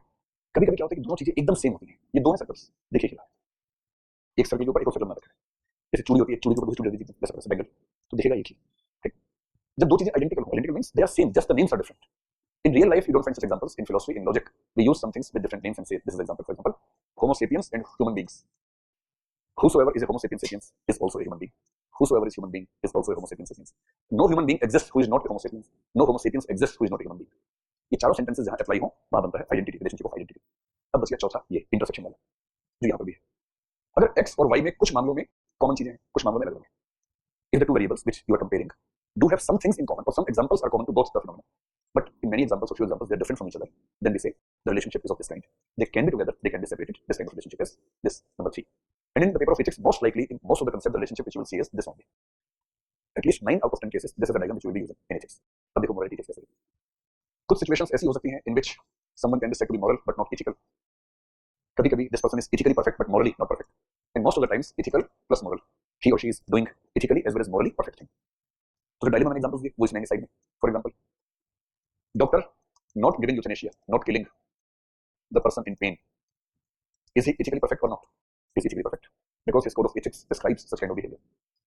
कभी-कभी ऐसा होता है कि morally perfect हो, जैसे the advocate leaving the case या deciding not to pursue the case is morally perfect but ethically he is not perfect. तो ये कोड ऑफ कंडक्ट कहता है कि if you have taken the case it's your responsibility to do everything that can be done to get the justice for the client. In normal life, you will see whenever you are doing something ethical, it is also morally perfect. An example: anything helping your parents, helping anyone, it's ethically perfect, morally perfect. Doing your job honestly, being an honest civil servant or being a civil servant with integrity, with probity, having compassion for the weaker sections of society, having compassion for the animals and birds around you, all these things are morally as well as ethically perfect. Have I been able to elaborate the difference between ethics and morality. आपका नाम क्या है? Neeraj, the Neeraj, आगे Neeraj Yashpal, Pal, the Neeraj Pal, yes, TNP, yes. हो सकता है कि उसे यही सवाल उनका भी था। अगर एडवोकेट किसी को बचा रहा है, सोसाइटी के लिए गलत है, तो ध्यान रखना when you are doing your profession, you have to be perfect as per the code of ethics and code of conduct of your profession, not according to society. तो professional ethics in the realm of your profession are more important than the social ethics. जब अपना काम करके निकलिए उसके बाद social खेलो, but when you are performing your job, when you are doing your profession, you have to be restricted to your professional ethics. ये वैसे ही है भाई साहब कि हरियाणा में एक लड़का लड़की भागे घर से, सेम गोत्र के हैं, ठीक? ये रियल स्टोरी बताऊं आपको, एक टीवी चैनल के एक पत्रकार ने मुझे बताई थी। क्या सिचुएशन होती है, अब आपको पुलिस बनाते बताओ क्या होगा, सब लोग सुनो ध्यान से। लड़का लड़की भागे, उनको करनी है शादी, सेम गोत्र के, और हरियाणा में सेम गोत्र में शादी का मतलब एक ही फैसला होता है उसके बाद, यही स्विट्जरलैंड बनता है उसके बाद, ठीक? लड़का लड़की भागे, सीधे पुलिस के पास आ गए। एक कुछ दिन पहले फिल्म आई थी लव ऑस्ट्रेलिया, क्या थी, सीरीज की फिल्म थी लव ऑस्ट्रेलिया, हरियाणा के बारे में। तो कुछ इसी थीम पे है। वहां जो पुलिस का थानेदार है ना, वो उसी गोत्र का है, और कानून ने ये कह रखा है कि जब भी लड़का लड़की ऐसे आएंगे तो पुलिस की जिम्मेदारी है उनको बचाना। अब थानेदार की जिम्मेदारी है बचाना, तो उसका मंत्र काट दो। तो फिल्म में जो मैंने देखा, वो जो रियल स्टोरी मैंने सुनी है, जैसे वो थाने में आए, मीडिया को पता लगा, मीडिया आने लगा, और थानेदार ने ही उस गोत्र के कुछ लोगों को फोन किया कि इनको यहाँ से लेकर बाहर ले जा रहा हूँ कस्टडी में, इस जगह पे हमला करना, गाड़ी पे 3 गाड़ियां होंगी, दूसरी में बैठे होंगे, मैं भी रहूंगा, हमला इस तरह से करना कि गाड़ी रुके, नीचे उतार के मारना, ठीक? फिर वही हुआ। अब ये बताओ, जो थानेदार साहब है, इनका एथिक्स कहता था इनको बचाना, इनकी मोरालिटी कहती थी इनको मारना, और सोशल एथिक्स कहता था मारना जिस सोसाइटी में रहते हैं। क्या करना चाहिए भाई साहब? एथिक्स। इसलिए जब आप वकील बन गए किसी के, ये तो बनते नहीं भाई साहब, but if you are accepting the case, then it's your ethical responsibility to fight the case with full knowledge, full wisdom, whatever you can do best to save your client, you have to do that. It's your professional responsibility. So when you are doing your profession, आप IAS बनेंगे, कितनी बार आपको अपनी ही society के खिलाफ काम करना पड़ेगा, because your professional responsibilities are more important than your social commitments at that time. And many a times your society will be expecting something from you which is unconstitutional, and you are in a job in which you have to follow the constitution ultimately. ध्यान रखना, society कई बार गलत काम सिखाती है, लड़ना पड़ेगा IAS बनने के बाद। राजस्थान में कहाँ से हो आप? यूपी से हो, राजस्थान में जब जाएंगे आईएएस बनना, एक दिन आता है साल में, अक्षय तृतीया, अखा तीज कहते हैं उसको, चाइल्ड मैरिज थोक में होती है उस राजस्थान में, और किसी कलेक्टर एसपी की हिम्मत नहीं कि रोक के दिखा दे, रिटेल में नहीं होती, होलसेल में होती है। आ गया, तुमसे पूछो ना, जो है मतलब आसान नहीं होता भाई, जब सिविल सर्वेंट बनेंगे आसान नहीं होता। अगर सीएम भी सपोर्ट कर रहा होगा तो आप क्या करेंगे? आप तो डीएम है भाई, जो पापा है वो सीएम है, पर वो सपोर्ट कर रहा है, उसको इलेक्शन जीतना एक साल बाद, so it's not that easy, जैसा समझते हैं। जी जी जी बोलिए।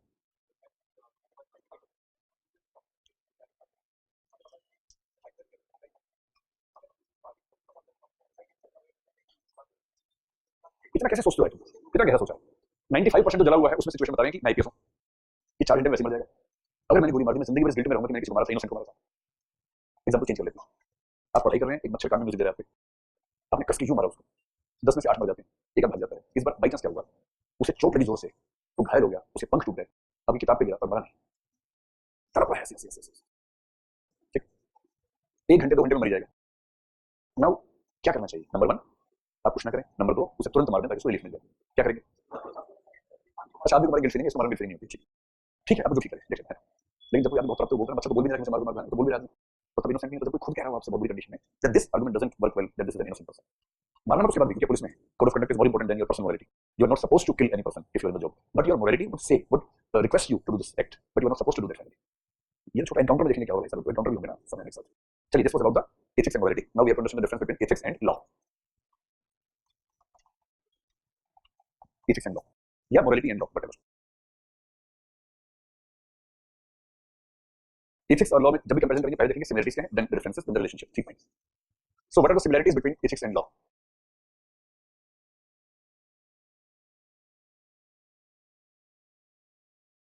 चलिए, when I'm saying ethics, it means ethics or morality, whatever. Comparison with law. What are the similarities between ethics and law? क्या हम ये कह सकते हैं कि both are the instruments to ensure a social control or a social system? So, instruments for social control. Number one. Number two. Can we say both are society specific? वैसे इनमें से ज्यादा यूनिवर्सल क्या होता है, ethics या law? Confusion है, समझ ठीक है। तो हम कह सकते हैं कि both are society specific.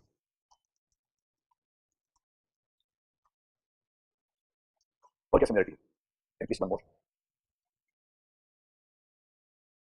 Instruments वाली बात में वैसे है, जरूरी नहीं है। Law is generally codified, ethics are generally uncodified. तो डिफरेंस में है, यस, और ये बताया और क्या, ये दोनों टाइम के साथ चेंज होते कि नहीं होते? चेंज होते हैं। So both have dynamic nature. 2-3 points दिमाग में हो तो it means you are ready to write your answer. नहीं, फॉर्मल जरूरी नहीं है, आप एथिक्स को ना मोरालिटी से अलग करके समझ रहे हैं। बोथ आर फॉर्मल नहीं, एथिक्स और मोरालिटी की बात कर रहे हैं, it can be informal as well. अब ये डिफरेंसेस पर, एथिक्स एंड लॉ, कम से कम 3 डिफरेंसेस बता दीजिए। अच्छा, आप ये बताएं कि आप लोग कानून इसलिए मानते हैं कि बहुत मन करता है, डर लगता है कि पनिशमेंट हो सकती है, डर लगता है ना? और एथिक्स क्यों मानते हैं? क्योंकि बचपन से सिखाया गया है, that has become part of your consciousness, ठीक है। आप इथिकली गलत हैं तो कौन हिसाब बराबर करेगा? सोसाइटी या स्टेट? और अगर आप लीगली गलत है तो कौन हिसाब बराबर करेगा? स्टेट करेगा। तो सबसे पहली बात, लॉ में लिखिए it's a matter of state and ethics is a matter of society. When you do something legally wrong or unlawful, that is known as crime. So when you do legal wrong, it is known as crime. When you do ethically wrong, it is known as sin. So the difference between the sin and the crime is sin is ethically wrong and crime is legally wrong or being unlawful. Law के मामले में क्या है कि law is generally external, ethics का जो impact है that is more likely to be internal, because you have gone through a process of socialization and you have internalized the values and that is why this has become part of your personality. अब क्योंकि वो internal है, if you do something morally wrong, अच्छा जैसे bike पे helmet पहन के चलाना चाहिए बाइक को। आप लोग बाइक चलाते हैं जनरली, आप में से कितने बच्चों को बाइक चलानी नहीं आती है? बाइक नहीं चलानी, कहाँ से हो? बिहार में कहाँ से? मधुबनी से। और किससे आती है बाइक चलानी? वाह क्या बात है, गुड ग्रेट। चलिए, तो जो लोग बाइक चलाते हैं हेलमेट पहन के चलाते होंगे, चाहे रास्ते में रेड लाइट हो या ना हो, हमेशा पहनते होंगे। दिल्ली में पहनते हैं, बाकी बाकी तो होता ही हेलमेट, कहीं दिल्ली में होता है। अब ये बताओ कि आपने जो लोग हेलमेट के बिना बाइक चलाते हैं, कभी कभी गिल्ट फीलिंग हुई आपको कि यार अच्छा नहीं लग रहा, मैंने आज हेलमेट नहीं पहना, मैंने I did something unlawful, I am not feeling good today, ऐसा हुआ सर? रत्ती पर फर्क नहीं पड़ता है। और सबसे समझदार बच्चे क्या करते हैं? हेलमेट हाथ में रख के चलते हैं या हेलमेट हाथ में ऐसे, जैसे रेड लाइट पे दिखा रोकी बाइक, खड़क से लगाई, आगे बढ़े, उसको देखते हुए देखते रखा, क्रॉस करते उतारा हेलमेट, फिर हाथ में लगाया, फिर आगे बढ़े, क्योंकि हेलमेट पहनने से जुल्फी खराब हो जाती है। किसी को दिखाने जा रहे हैं कि स्मार्ट है, हेलमेट से कैसे बात बनेगी? और हेलमेट नहीं पहनने से गिल्ट फीलिंग कभी नहीं होती। अब यहाँ तक पुलिस भी रोक ले, पुलिस बोलती है क्या कर रहे हो, क्या करते हो? या ये से कैरी करता हूँ, हाल ये तुम्हारा ये से कैरी करता हूँ, फिर सर केस बनाना, एग्जाम देना है, तो चलो ठीक है पीछे आओ सड़क पे 500 रुपये दो, और इस तरह से न्याय हो जाता है सड़क पे। तो क्योंकि लॉ एक्सटर्नल है, it has less connection with your heart, with your internal personality. So आप क्यों मानते हैं लॉ को? That is fear of punishment. And why do you follow ethics? That is fear of guilt feeling, fear of guilt feeling.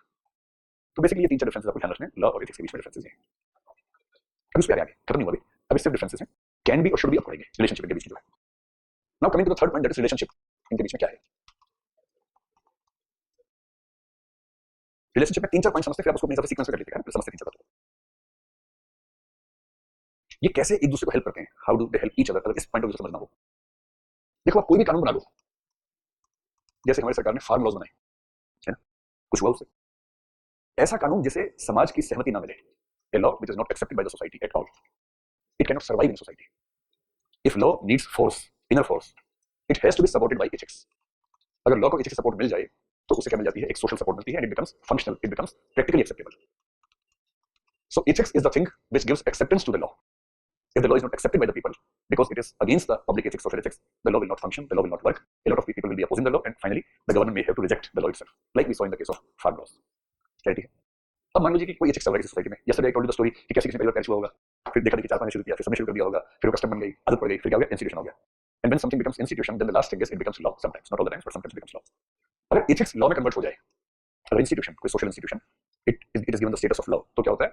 Ethics को इससे मिल जाती है legitimacy, legitimacy मिल जाती है, लीगल पावर मिल जाती है। फॉर एग्जांपल 2005 से पहले आपने सुना डोमेस्टिक वायलेंस एक्ट है हमारे देश में। डोमेस्टिक वायलेंस एक्ट फिर भी कुछ दिन पहले जजमेंट आया था, एक ऐसा एक्ट भी है कि if you have your parents who are dependent upon you, you have a legal responsibility to look after them. पहले लीगल रिस्पांसिबिलिटी नहीं थी, मॉरल थी, मॉरल तो आज भी है। तो जैसे आप बच्चे मिडिल क्लास में बच्चे होते हैं जनरली, उनके साथ ही बात हो जाती है। I believe most of you must be willing to do something great for your parents. Most of you must have the feeling that your parents have done so much sacrifices for you, and now it is your time to do something great for them. ये feeling सबको होती है generally, not always but generally सबको होती है। आप IAS बनेंगे, आपको बड़ा मन करेगा पेरेंट्स के लिए क्या करूँ, आप खेला कुछ नहीं पाएंगे, बात है, क्योंकि आपको जहाँ पोस्टिंग मिलेगी पेरेंट्स आपके आएंगे नहीं वहाँ। और फिर क्या होगा? जंगल में मोरना किसने देखा? You know what is the meaning of जंगल में मोरना किसने देखा? आपको कार्ड मिल गया अपने स्टेट से बहुत दूर का, वहाँ कलेक्टर है, 6 एकड़ का बंगला है, बंगले में खेत है, खेत में बंगला नहीं है, बंगले में खेत है, खेत में जंगल है, जंगल में सफाई होती है, वैसे बंगले में पर कोई देश नहीं आता, अकेले घूम रहे हैं उसमें, हिरन भी घूम रहे हैं, खरगोश भी घूम रहे हैं, और आप भी घूम रहे हैं। बहुत ताकत है आपके पास, 4000 लोग आपके अंदर काम करते हैं, पर पेरेंट्स नहीं आते आपके पास, आते तो 2 दिन में बोर हो जाते हैं, कितना हिरन देखेंगे बेचारे। और आप कहते पापा मैं कुछ करना चाहता हूँ, आप हिर हो, तो बोलते बेटा कुछ करना तो टिकट करवा दो हमारी।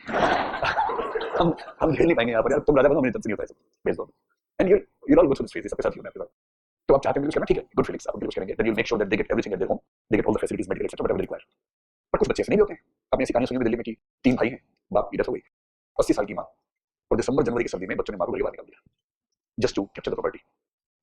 और वो माँ ठंड में बेचारी मर रही है, फिर पुलिस उठा के ले गई, फिर कैसे इलाज हुआ। अब लोग कहेंगे बहुत बुरे बच्चे हैं, खराब बच्चे हैं, but there is no legitimacy to it, it's just a criticism, because it's a moral requirement that every son and daughter have to look after their parents when they are old and not capable to manage themselves. But as soon as a law becomes, this ethical system gets legitimacy, and now political apparatus or the state also works to ensure that this ethics is being taken care of. इसलिए ethics की मंजिल है law बन जाना, और law को चाहिए ethics की सपोर्ट मिलनी। एथिक्स सपोर्ट नहीं मिली तो कानून बेकार, और एथिक्स बन गया कानून तो मजा आ गया, अब उसका चलेगा डंडा ठीक से। This is the relationship, an ideal relationship between these two. लेकिन अभी एक बात समझते हैं इसमें, तो क्या होता है कि 3 सिचुएशंस हो सकती हैं जिसमें इनका रिलेशन आपको समझ में आएगा, ठीक है, बल्कि 4 हो सकती है, पहले आपको बल्कि पहले एथिक्स से फिर लॉ आते हैं। I am sure you understand when we use ethics, it means public ethics, it's not personal, public ethics या social ethics. Social ethics public ethics की बात है, लॉ। देखो इनके रिलेशनशिप समझने के ना 4 सिचुएशंस हो सकती है, 3 या 4 सिचुएशंस हो सकती हैं, समझते हैं। एज्यूम कीजिए कि सोसाइटी है, बहुत ही ट्रेडिशनल है, ठीक। So let us assume the society is traditional. Traditional society में एथिक्स कैसे होंगे? ट्रेडिशनल होंगे, पैट्रियार्कल होंगे, मेल्स को फायदे मिलेंगे, फीमेल्स को नुकसान होगा ज्यादा। हो सकता है कि उसमें रेसिज्म भी ठीक रहता हो सकता है कि वर्ण व्यवस्था, कास्ट सिस्टम या कुछ और सिस्टम ऐसे जो डिस्क्रिमिनेटरी है वो भी उसमें होता हो, क्योंकि ट्रेडिशनल एथिक्स है। If the public ethics is traditional which means society is traditional, मैं आपको बहुत ठीक से ना करने की कोशिश करता हूं, मैं थोड़ा चीज करने, और एज्यूम कीजिए कि स्टेट भी ट्रेडिशनल है, traditional state, traditional society, traditional state. Let us assume there is a situation like this. जैसे हम फिलहाल देखना चाहें तो अफगानिस्तान पे नजर डाल सकते हैं, वहां जो स्टेट इस समय है, अगर स्टेट है तो स्टेट ट्रेडिशनल है, मॉडर्न है, ट्रेडिशनल है, और उस स्टेट ने उस सोसाइटी पर इंपोज कर दिया है एक स्पेसिफिक एथिकल सिस्टम। वो एथिकल सिस्टम कैसा है? वो भी ट्रेडिशनल है। अगर दोनों चीजें ट्रेडिशनल हैं तो जो एथिक्स में होगा वही लॉ में होगा, जो लॉ में होगा वही एथिक्स में होगा, या रेस्पेक्ट में होगा। दूसरी सिचुएशन मान लीजिए कि जो सोसाइटी है वो मॉडर्न है और स्टेट भी मॉडर्न है, और मॉडर्न का बेसिक मतलब है कि individuals rights are protected adequately, fundamental rights are given respect. तो अगर सोसाइटी और स्टेट दोनों मॉडर्न हैं तो भी आप पाएंगे इनके बीच में सिंक्रोनाइजेशन ठीक रहेगा, जिसमें सेगमेंट की तरफ से डिमांड है कि are fundamental rights are being rejected, ये वो एक मूवमेंट हुआ, स्टेट एक्टिव होकर उनको राइट्स एंश्योर कर देगा उनके। तालिबान के इलाके में क्या होगा? कोई औरत मूवमेंट कर नहीं पाएगी, कोई कहे कि मैं आंदोलन करती हूं, हाँ, सेंटेंस पूरा नहीं हुआ कि क्या मूवमेंट करना चाहिए भाई, पहले ठाई हो गया, खत्म बात। फिर बाकी सबका मन भी था आंदोलन करने का, वही ना गुजरी ना, ऐसे ठीक है, कोई बात नहीं, पर्दे में रह लेंगे, कोई बात। So if the society and state are regressive, you will not see any clashes, मन में चलेंगे clashes but you won't see clashes in the society. If both are progressive, both are modern, बहुत कम हलचल दिखेगी। As soon as a segment of the society asks for the rights and if they are genuine in demand, they will be given the rights. इस LGBT Bharat में खूब आंदोलन चल रहा है, चल रहा है, सुनेंगे। यूरोप की मैक्सिमम कंट्रीज में एलजीबीटी राइट्स मान लिए गए, पहले कोई नहीं मानता था। क्रिश्चियनिटी में, इस्लाम में, जुडाइज्म में जो होमोसेक्सुअलिटी है उसको कितना बड़ा क्राइम माना जाता है, आपको पता नहीं आइडिया है कि नहीं है? बहुत ही खराब क्राइम माना जाता है उसको। But most of the European and American countries which belong to Christianity majorly have accepted this change, and these countries have accepted that people having homosexual relationships can also marry and they have the legal rights of marriage. उन्होंने मान लिया इस बात को, क्योंकि वो modernism, individualism के process में काफी आगे, and for them it is quite easy to accept something new which they have never heard. मैं तो सोच रहा था कि वो औरत अगर अफगानिस्तान चली जाए, कौन सी औरत, जिसे मैंने जिक्र किया, उसने कहा कि I am suing my parents because they have given me birth without my consent, बताया ना आपको? And then she says, I also have some kids, and you can ask me then why have I done so? So let me tell you, I am not the biological mother of any kid. I have just adopted some kids because they were already in this universe. I'm not responsible for bringing any kid to this universe and to make his or her life hell.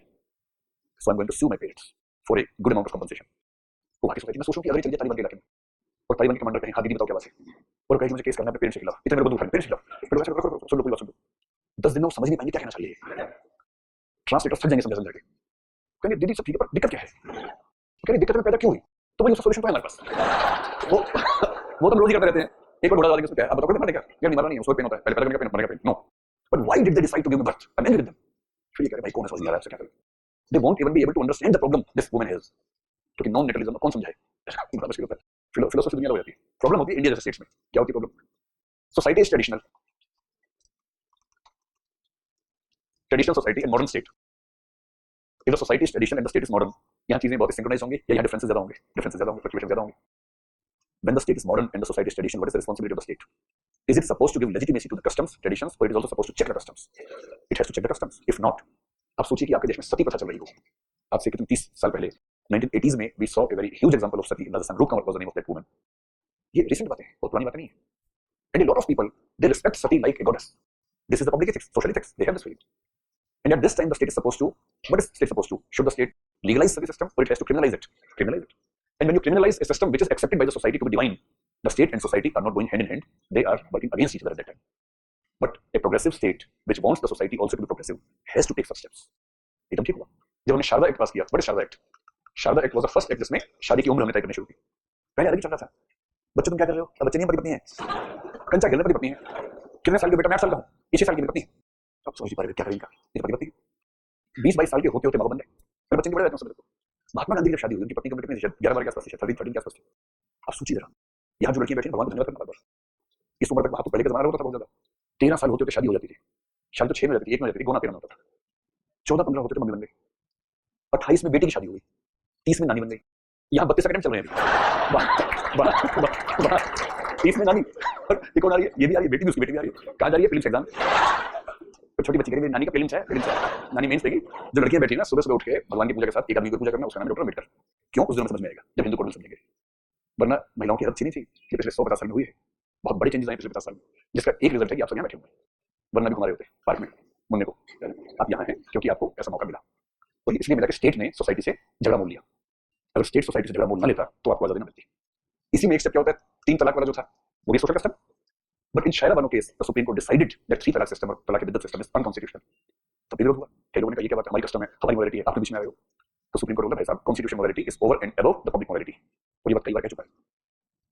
फिर नाज foundation का case आया और उसमें हमारा section IPC का 377 वो सीधे बोलता है एनी रिलेशनशिप बिटवीन 2 मेल्स और 2 फीमेल्स इज ए क्राइम। अब लोग कह रहे हैं भाई 1860 में बनाया था आईपीसी 1861 में, पर वो भी उसके 20-25 साल पहले ड्राफ्ट उसका बना, फाइनली पास हुआ 1861, 1830s का वो ड्राफ्ट है। And you have been using the laws in 2020s which were prepared in 1820s और 30s, 200 years gap। और दुनिया के कितने सारे देशों ने एक्सेप्ट कर लिया कि ह्यूमन नेचर में कुछ वैसे हो सकते हैं, why should you impose your sexuality on their personality, their being. तो सुप्रीम कोर्ट ने कहा, जो पहले नहीं कहा था, पहले हाई कोर्ट सुप्रीम कोर्ट खूब उछल कूद चल रही थी, बास्केटबॉल वॉलीबॉल चल रहा था। और नाज फाउंडेशन में बड़ी अच्छी बात क्या हुई, ये वो केस है जिसने सारे धर्मों को एक कर दिया। ये भी सरप्राइज टू नो, इस केस में होमोसेक्सुअलिटी के खिलाफ सारे धर्मों के लोग सपोर्ट में रहे थे। ऐसी धार्मिक एकता भारत में नहीं दिखती कभी। Religious unity can be seen in such cases. लेकिन सुप्रीम कोर्ट है, उसने कहा सब आए तो क्या होता है, जो कॉन्स्टिट्यूशनल मोरालिटी के खिलाफ है, how can we accept it.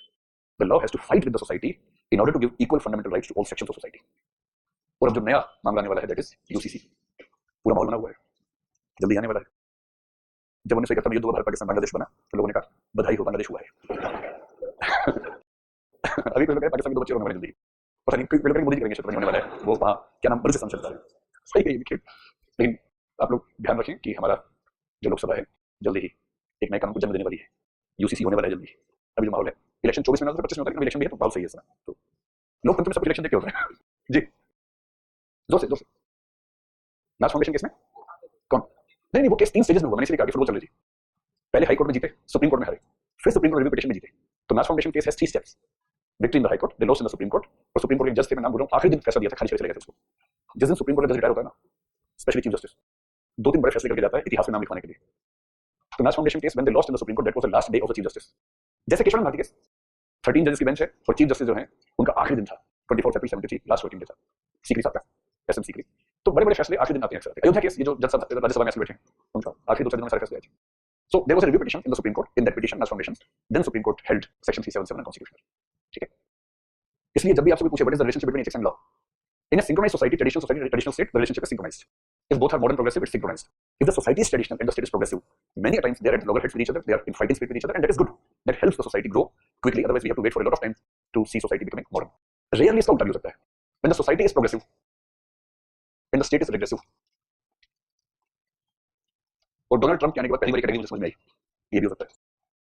In America जो Republicans are against the abortion laws. अब अमेरिकन सोसाइटी एबॉर्शन को ठीक मानती है, स्टेट ठीक नहीं मानता। So state is going against the society, and in this specific matter we can say society is more progressive than the state. Otherwise generally society is regressive, the state becomes progressive. In some rare instances the state becomes regressive and the society is progressive. पूरा clear हो गया point? चलो अब आखिरी बात है कि इनका रिलेशन अगर हमें डायग्राम में देखना हो तो ये बनेगा फिर से, this is ethics and law. कैसे इसको समझने के बहुत सारे तरीके हैं। हम ये समझते हैं कि जो एथिकली रॉन्ग है और जो लीगली रॉन्ग है उसका कनेक्शन क्या है। So this is the diagram for ethics and law as well as for crime and sin. So what is legally wrong is crime, what is ethically wrong is sin. So the relationship between sin and crime is the same as the relationship between ethics and law, or ethically wrong and legally wrong, उसके बीच relationship है. So tell me few examples which are wrong ethically as well as legally. Murder, theft, rape, any kind of cruelty. ये सब चीजें क्या हैं? Ethically भी wrong है, legally भी wrong है. So most of the things are ethically as well as legally wrong. Now you have to give me 2 examples, one group of examples which says something is ethically wrong but legally it is not mentioned to be wrong. बस समाज के लोग बुरा मानते हैं पर कानून में लिखा हुआ कि गलत चीज है, अपराध नहीं है, क्राइम नहीं है। हाँ ठीक बात है, एडल्ट्री कह सकते हैं क्योंकि अब तो कानून में नहीं लिखा है, पहले लिखा हुआ था। एडल्ट्री हो सकता है, ethically wrong but legally right नहीं है, लीगली नॉट डिफाइंड और legally not mentioned to be wrong. और बताइए होमोसेक्सुअलिटी, हाँ एकदम ठीक बात है। ये भी homosexuality is ethically wrong. Ethically wrong का मतलब पब्लिक एथिक्स में, so social ethics, not in the personal ethics. According to the social ethics homosexuality is treated to be something wrong but legally it is not wrong, it is fine, acceptable. तीसरा है intercaste marriage, very good. Divorce, marital rape, marital rape social ethics में गलती माना जाता। अब क्या कहना चाहिए? हाँ इस पर डिबेट हो जाएगी, क्राइम तो नहीं है but even in the society most of the people believe it is fine. ऐसे ऐसे लोग बोलते हैं तो शादी करता क्यों आदमी, ये क्या बात हुई? ऐसे बोलते हैं जो लड़ाई के होते हैं ना, ये बता दीजिए, ठीक नहीं है, डिस्प्यूटेड है। इंटरकास्ट मैरिज हमने क्यों लिखा है? एथिकली रॉन्ग था, समाज गलत मानता है, कानून ठीक मानता है। ये सारी वो चीजें कि कानून गलत नहीं मानता पर समाज गलत मानता है। कहाँ से ढूंढ जाता है एग्जाम्पल यार। एग्जाम्पल एथिक्स में प्यारे प्यारे मासूम मासूम देने चाहिए। इतना टफ एग्जाम्पल होगा एग्जाम सोचे पता नहीं क्या है। The examiner knows more than the examiner, whom should examine whom। तो बहुत मुश्किल एग्जाम्पल दो। लिव इन 6 बार बोल दे लिव इन, कितनी खुशी हो रही है लिव इन में। मैं बार बार इग्नोर कर रहा हूँ और आप लिव इन मतलब लीगली ठीक है पर समाज गलत मानता है। समाज गलत मानता है आप लोग भी। आप लोग समझ में आते हैं। लिव इन रिलेशनशिप डोरी तो लीगली रॉन्ग भाई, अब ज्यादा मत जाओ ठीक है हो गया काफी है, सारा दिमाग नहीं लगा रहता है। चलिए ठीक है हो गया। अब तीसरा में something which is legally wrong but society believes it to be fine. Dowry. There is a concept, there is a law called Dowry Prohibition Act 1961, which prohibits dowry for everyone, specifically for civil servants. जब Dowry Prohibition Act आया 61 में तो उसके बाद civil service conduct rules में amendment हुआ। I'll discuss with you जब हम टॉपिक नंबर 6 पढ़ेंगे तो उसमें code of conduct for civil servants पढ़ेंगे। So for a civil servant it's prohibited to take dowry in the marriage. तो शादी में मैक्सिमम गिफ्ट ले सकते हैं 20,000 रुपए का, मैक्सिमम सब मिला के। हाँ 20,000 in totality gift everything included. उससे ज्यादा होते ही जेल जाना पड़ता है। क्या पूछा? हाँ सब मिला के 20,000, एक से नहीं सबसे मिला के। चलिए दूसरा है चाइल्ड मैरिज। चाइल्ड मैरिज हो गया। Anything else which is illegal from the legal point of view but the society accepts it. Sati तो नहीं है हाँ, लेकिन ट्रिपल तलाक कर लीजिए। ट्रिपल तलाक है, गैम्बलिंग हो सकता है। यस क्या एग्जांपल है ढूंढिए भाई। ऑनर किलिंग तो इलीगल मामला हुआ हाँ कह सकते हैं। ये ठीक से पता नहीं एग्जांपल आएगा नहीं ये तो। हाँ मतलब ऐसी जैसे स्कूल का टीचर मान लीजिए और उस स्टेट में रूल है कि स्कूल के टीचर्स ट्यूशन नहीं पढ़ाएंगे बट समवन इज टीचिंग तो legally is wrong but the society is okay with this. Any profession, सरकारी वकील प्राइवेट प्रैक्टिस करे, सरकारी डॉक्टर प्राइवेट क्लिनिक खोले बिना परमिशन के, ऐसा कोई भी एग्जांपल इसमें आ सकता है। Perfect. So will you be able to write an essay on the relationship between love and ethics? लिखना 400 वर्ड्स है but you must be able to write even an essay if there is requirement. अब हम पढ़ेंगे बहुत ही मुश्किल चीज वो है एथिक्स एंड रिलीजन और रिलीजन एंड मोरालिटी।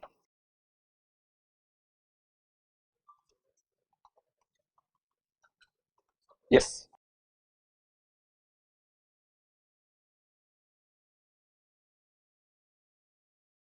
मेडिकल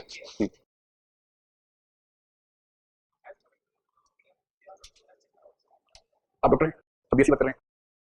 इनका एक क्वेश्चन है बड़ा इंपॉर्टेंट है कि when we are talking about the homosexual people should we treat them equally or should we give them medical care because it is believed that they are perverts and they need special care to be normal people? तो मेरे ख्याल से थोड़ा सा ये interpretation का forte ज्यादा है।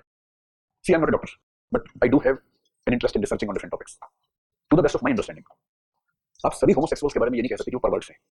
इन some cases yes it may happen. अगर कोई बच्चा लड़कों के हॉस्टल में है लड़कियों के हॉस्टल में है उसकी सेक्सुअल अर्जेस बहुत ज्यादा हैं पर सरप्राइजिंगली या नॉर्मल से बहुत ज्यादा है उसकी urges, may B some medical reasons for that and he or she is not finding any way out and finally he decides to go into a relationship with the same sex. This is a possibility. This especially happens in jails, in army barracks, because there you have to spend a lot of time without being able to go to your family or maybe your society, and you are living only with the people of same sex. So if you find some people to be homosexuals in barracks, in hostels, in jails, then this interpretation works that this is a kind of perversion, that this person has got into homosexuality. At the same time, there are many people who had no circumstances compelling to be homosexuals. Still they are homosexuals.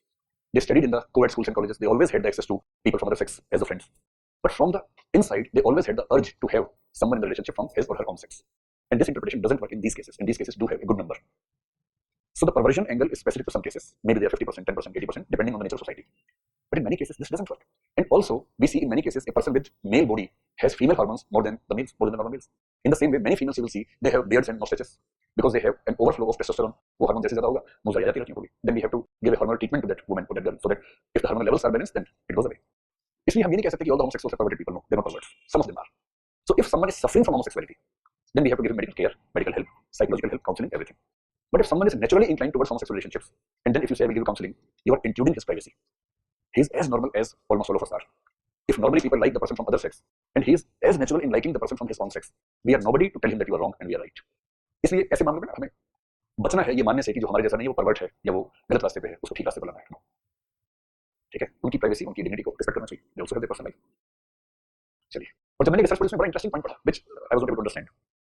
उसमें एक बात लिखी थी कि almost 40% of the human population do have to some extent, may be very small, may be in a heavy amount, the urge to have love for someone from their own sex, maybe once in their lifetime, maybe during 2-3 months of a life period, whatever, which I don't understand, but yes, there are some researchers which claim to this extent. Yes.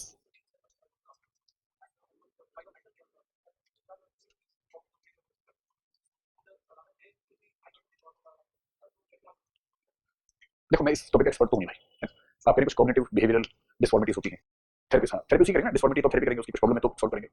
I am of the view that some of, अभी some ज्यादा भी हो सकते हैं, कम भी हो सकते हैं. There are homosexual people who are not suffering from any mental और physical problem. This is just their nature. ठीक, एक नॉर्मल मेल को एक नॉर्मल फीमेल के साथ रिलेशनशिप में होने की इच्छा होती है. ठीक, नॉर्मल फीमेल के लिए उल्टा होता है, नॉर्मल बात है. अगर इसके बियॉन्ड आप दवाई देना चाह रहे हैं तो हमारे पीएम शादीशुदा नहीं है, ममता जी शादीशुदा नहीं है, योगी जी शादीशुदा नहीं है, राहुल जी भी शादीशुदा नहीं है. कभी किसी को बोल के देखिए दवाई देंगे. आप क्यों चाहते हैं कि सबकी sexual orientations and the intensity of orientation has to be same like we have. There are many people who do not have the sexual urges to that extent. They are more happy with their work, जैसे एपीजे अब्दुल कलाम थे. उनसे किसी ने शादी क्यों नहीं की, बोले मेरी शादी तो हो गई, साइंस से हो गई शादी. अब he is more happy with researching day and night. He doesn't need a marriage. In the same way there can be some people who are happier with the people of their own sex than with the people of other sex. तो हमें नहीं इस पे ठेकेदार बनना चाहिए, सबका अपनी जिंदगी है. और सोशल प्रेशर में सबसे गंदा क्या होता है, एक फिल्म इस पर हाल ही में आई है पूरा कॉन्सेप्ट. और ये जो कंसेप्ट हमने डिस्कस किया इस पर एक फिल्म आपको बताऊंगा, जैसे ध्यान रखिए देखिएगा. तो अभी मैं बताना चाहता था सबसे बुरा क्या होता है in social pressure. Let us assume there is a boy called Y. Boy को हम वाई ही कहेंगे, हमेशा गर्ल को एक्स कहेंगे. ठीक है, अब वो वाई ऐसा है, for some reasons he is attracted to the males not to the females. He is having homosexual tendencies. अब वो घर में कह नहीं सकता है बात. इस हमारी सोसाइटी की सबसे बड़ी प्रॉब्लम है कि आमतौर पर हम सब जो सबसे इंपॉर्टेंट बात है वो कह नहीं सकते, अपने घर में नहीं कह सकते, पेरेंट्स नहीं कह सकते. सबसे बड़ी प्रॉब्लम ये है. The dialogue between the parents and the children is so less that the most important problems can never be discussed. And if you discuss, you will not be understood. अब कोई लड़का है जिसके साथ ये इशू है, अपने घर में कहने की हिम्मत नहीं है. पेरेंट्स कहने शादी कब करेगा, बहू कब आएगी, उनको चाहिए नौकरानी बेसिकली. कितनी माँ बूढ़ी हो गई, पैर कौन दबाएगा, खाना कौन बनाएगा. उनको इसकी पत्नी से मतलब नहीं है, उनको दरअसल एक पूरी हाउसमेट से मतलब है. अब वो बेचारा कुछ कह नहीं पा रहा. अंत में सोशल प्रेशर में शादी भी कर लेता है. Now this person has sexual orientation for the men, not for the women. शादी करके उसकी हो गई, इसने अपनी जिंदगी खराब की, उसकी जिंदगी खराब कर दी. अब उस पर सोशल प्रेशर है. वो कैसे गांव से ही जहाँ कहते हैं लड़की की डोली उठती है बाप के घर से, अर्थी उठती है सास के घर से, बीच में कुछ नहीं उठता. अर्थी ही उठेगी तो कहीं, अगर जल्दी है तो अर्थी उठवा ले और कुछ नहीं उठेगा बीच में. अब ये अजीब हाल है. लड़का अपने पेरेंट्स से कह नहीं पा रहा कि मैं बहू नहीं दामाद लेना चाहता हूँ, नहीं कह पा रहा. ये बहू अपने पेरेंट्स को इसके पेरेंट्स से कह नहीं पा रही, और जो बहू के सास है उससे बेटा मुन्ना कब आएगा. अजीब हाल है, क्या करें. ये जो सोशल प्रेशर है, this social pressure kills many families, many people, and we need to have a communicative system in which parents and children can discuss their problems with each other. Anyways, so I am of the view that many of the homosexuals are as natural as we are, and we should avoid seeing them as perverts or medically. I mean, they're patients and we are supposed to give them medical care. Unless and until it is proved that they need medical care, we are not supposed to say things like this. CGI ने भी इसे बन गया था. हाँ, ऐसे बहुत लोग हैं जो मेल बॉडी में फीमेल्स हैं, फीमेल बॉडी में मेल्स हैं, ऐसे बहुत लोग होते हैं. अब तो खैर ऐसे ऑपरेशन होने लग गए कि they can change their biological sex, physical sex. अब ऐसे ऑपरेशन हो सकते हैं, पहले तो नहीं होते. एक फिल्म है पाकिस्तान की, मैं बहुत देर से नाम याद करना चाह रहा हूँ, याद नहीं आ रहा.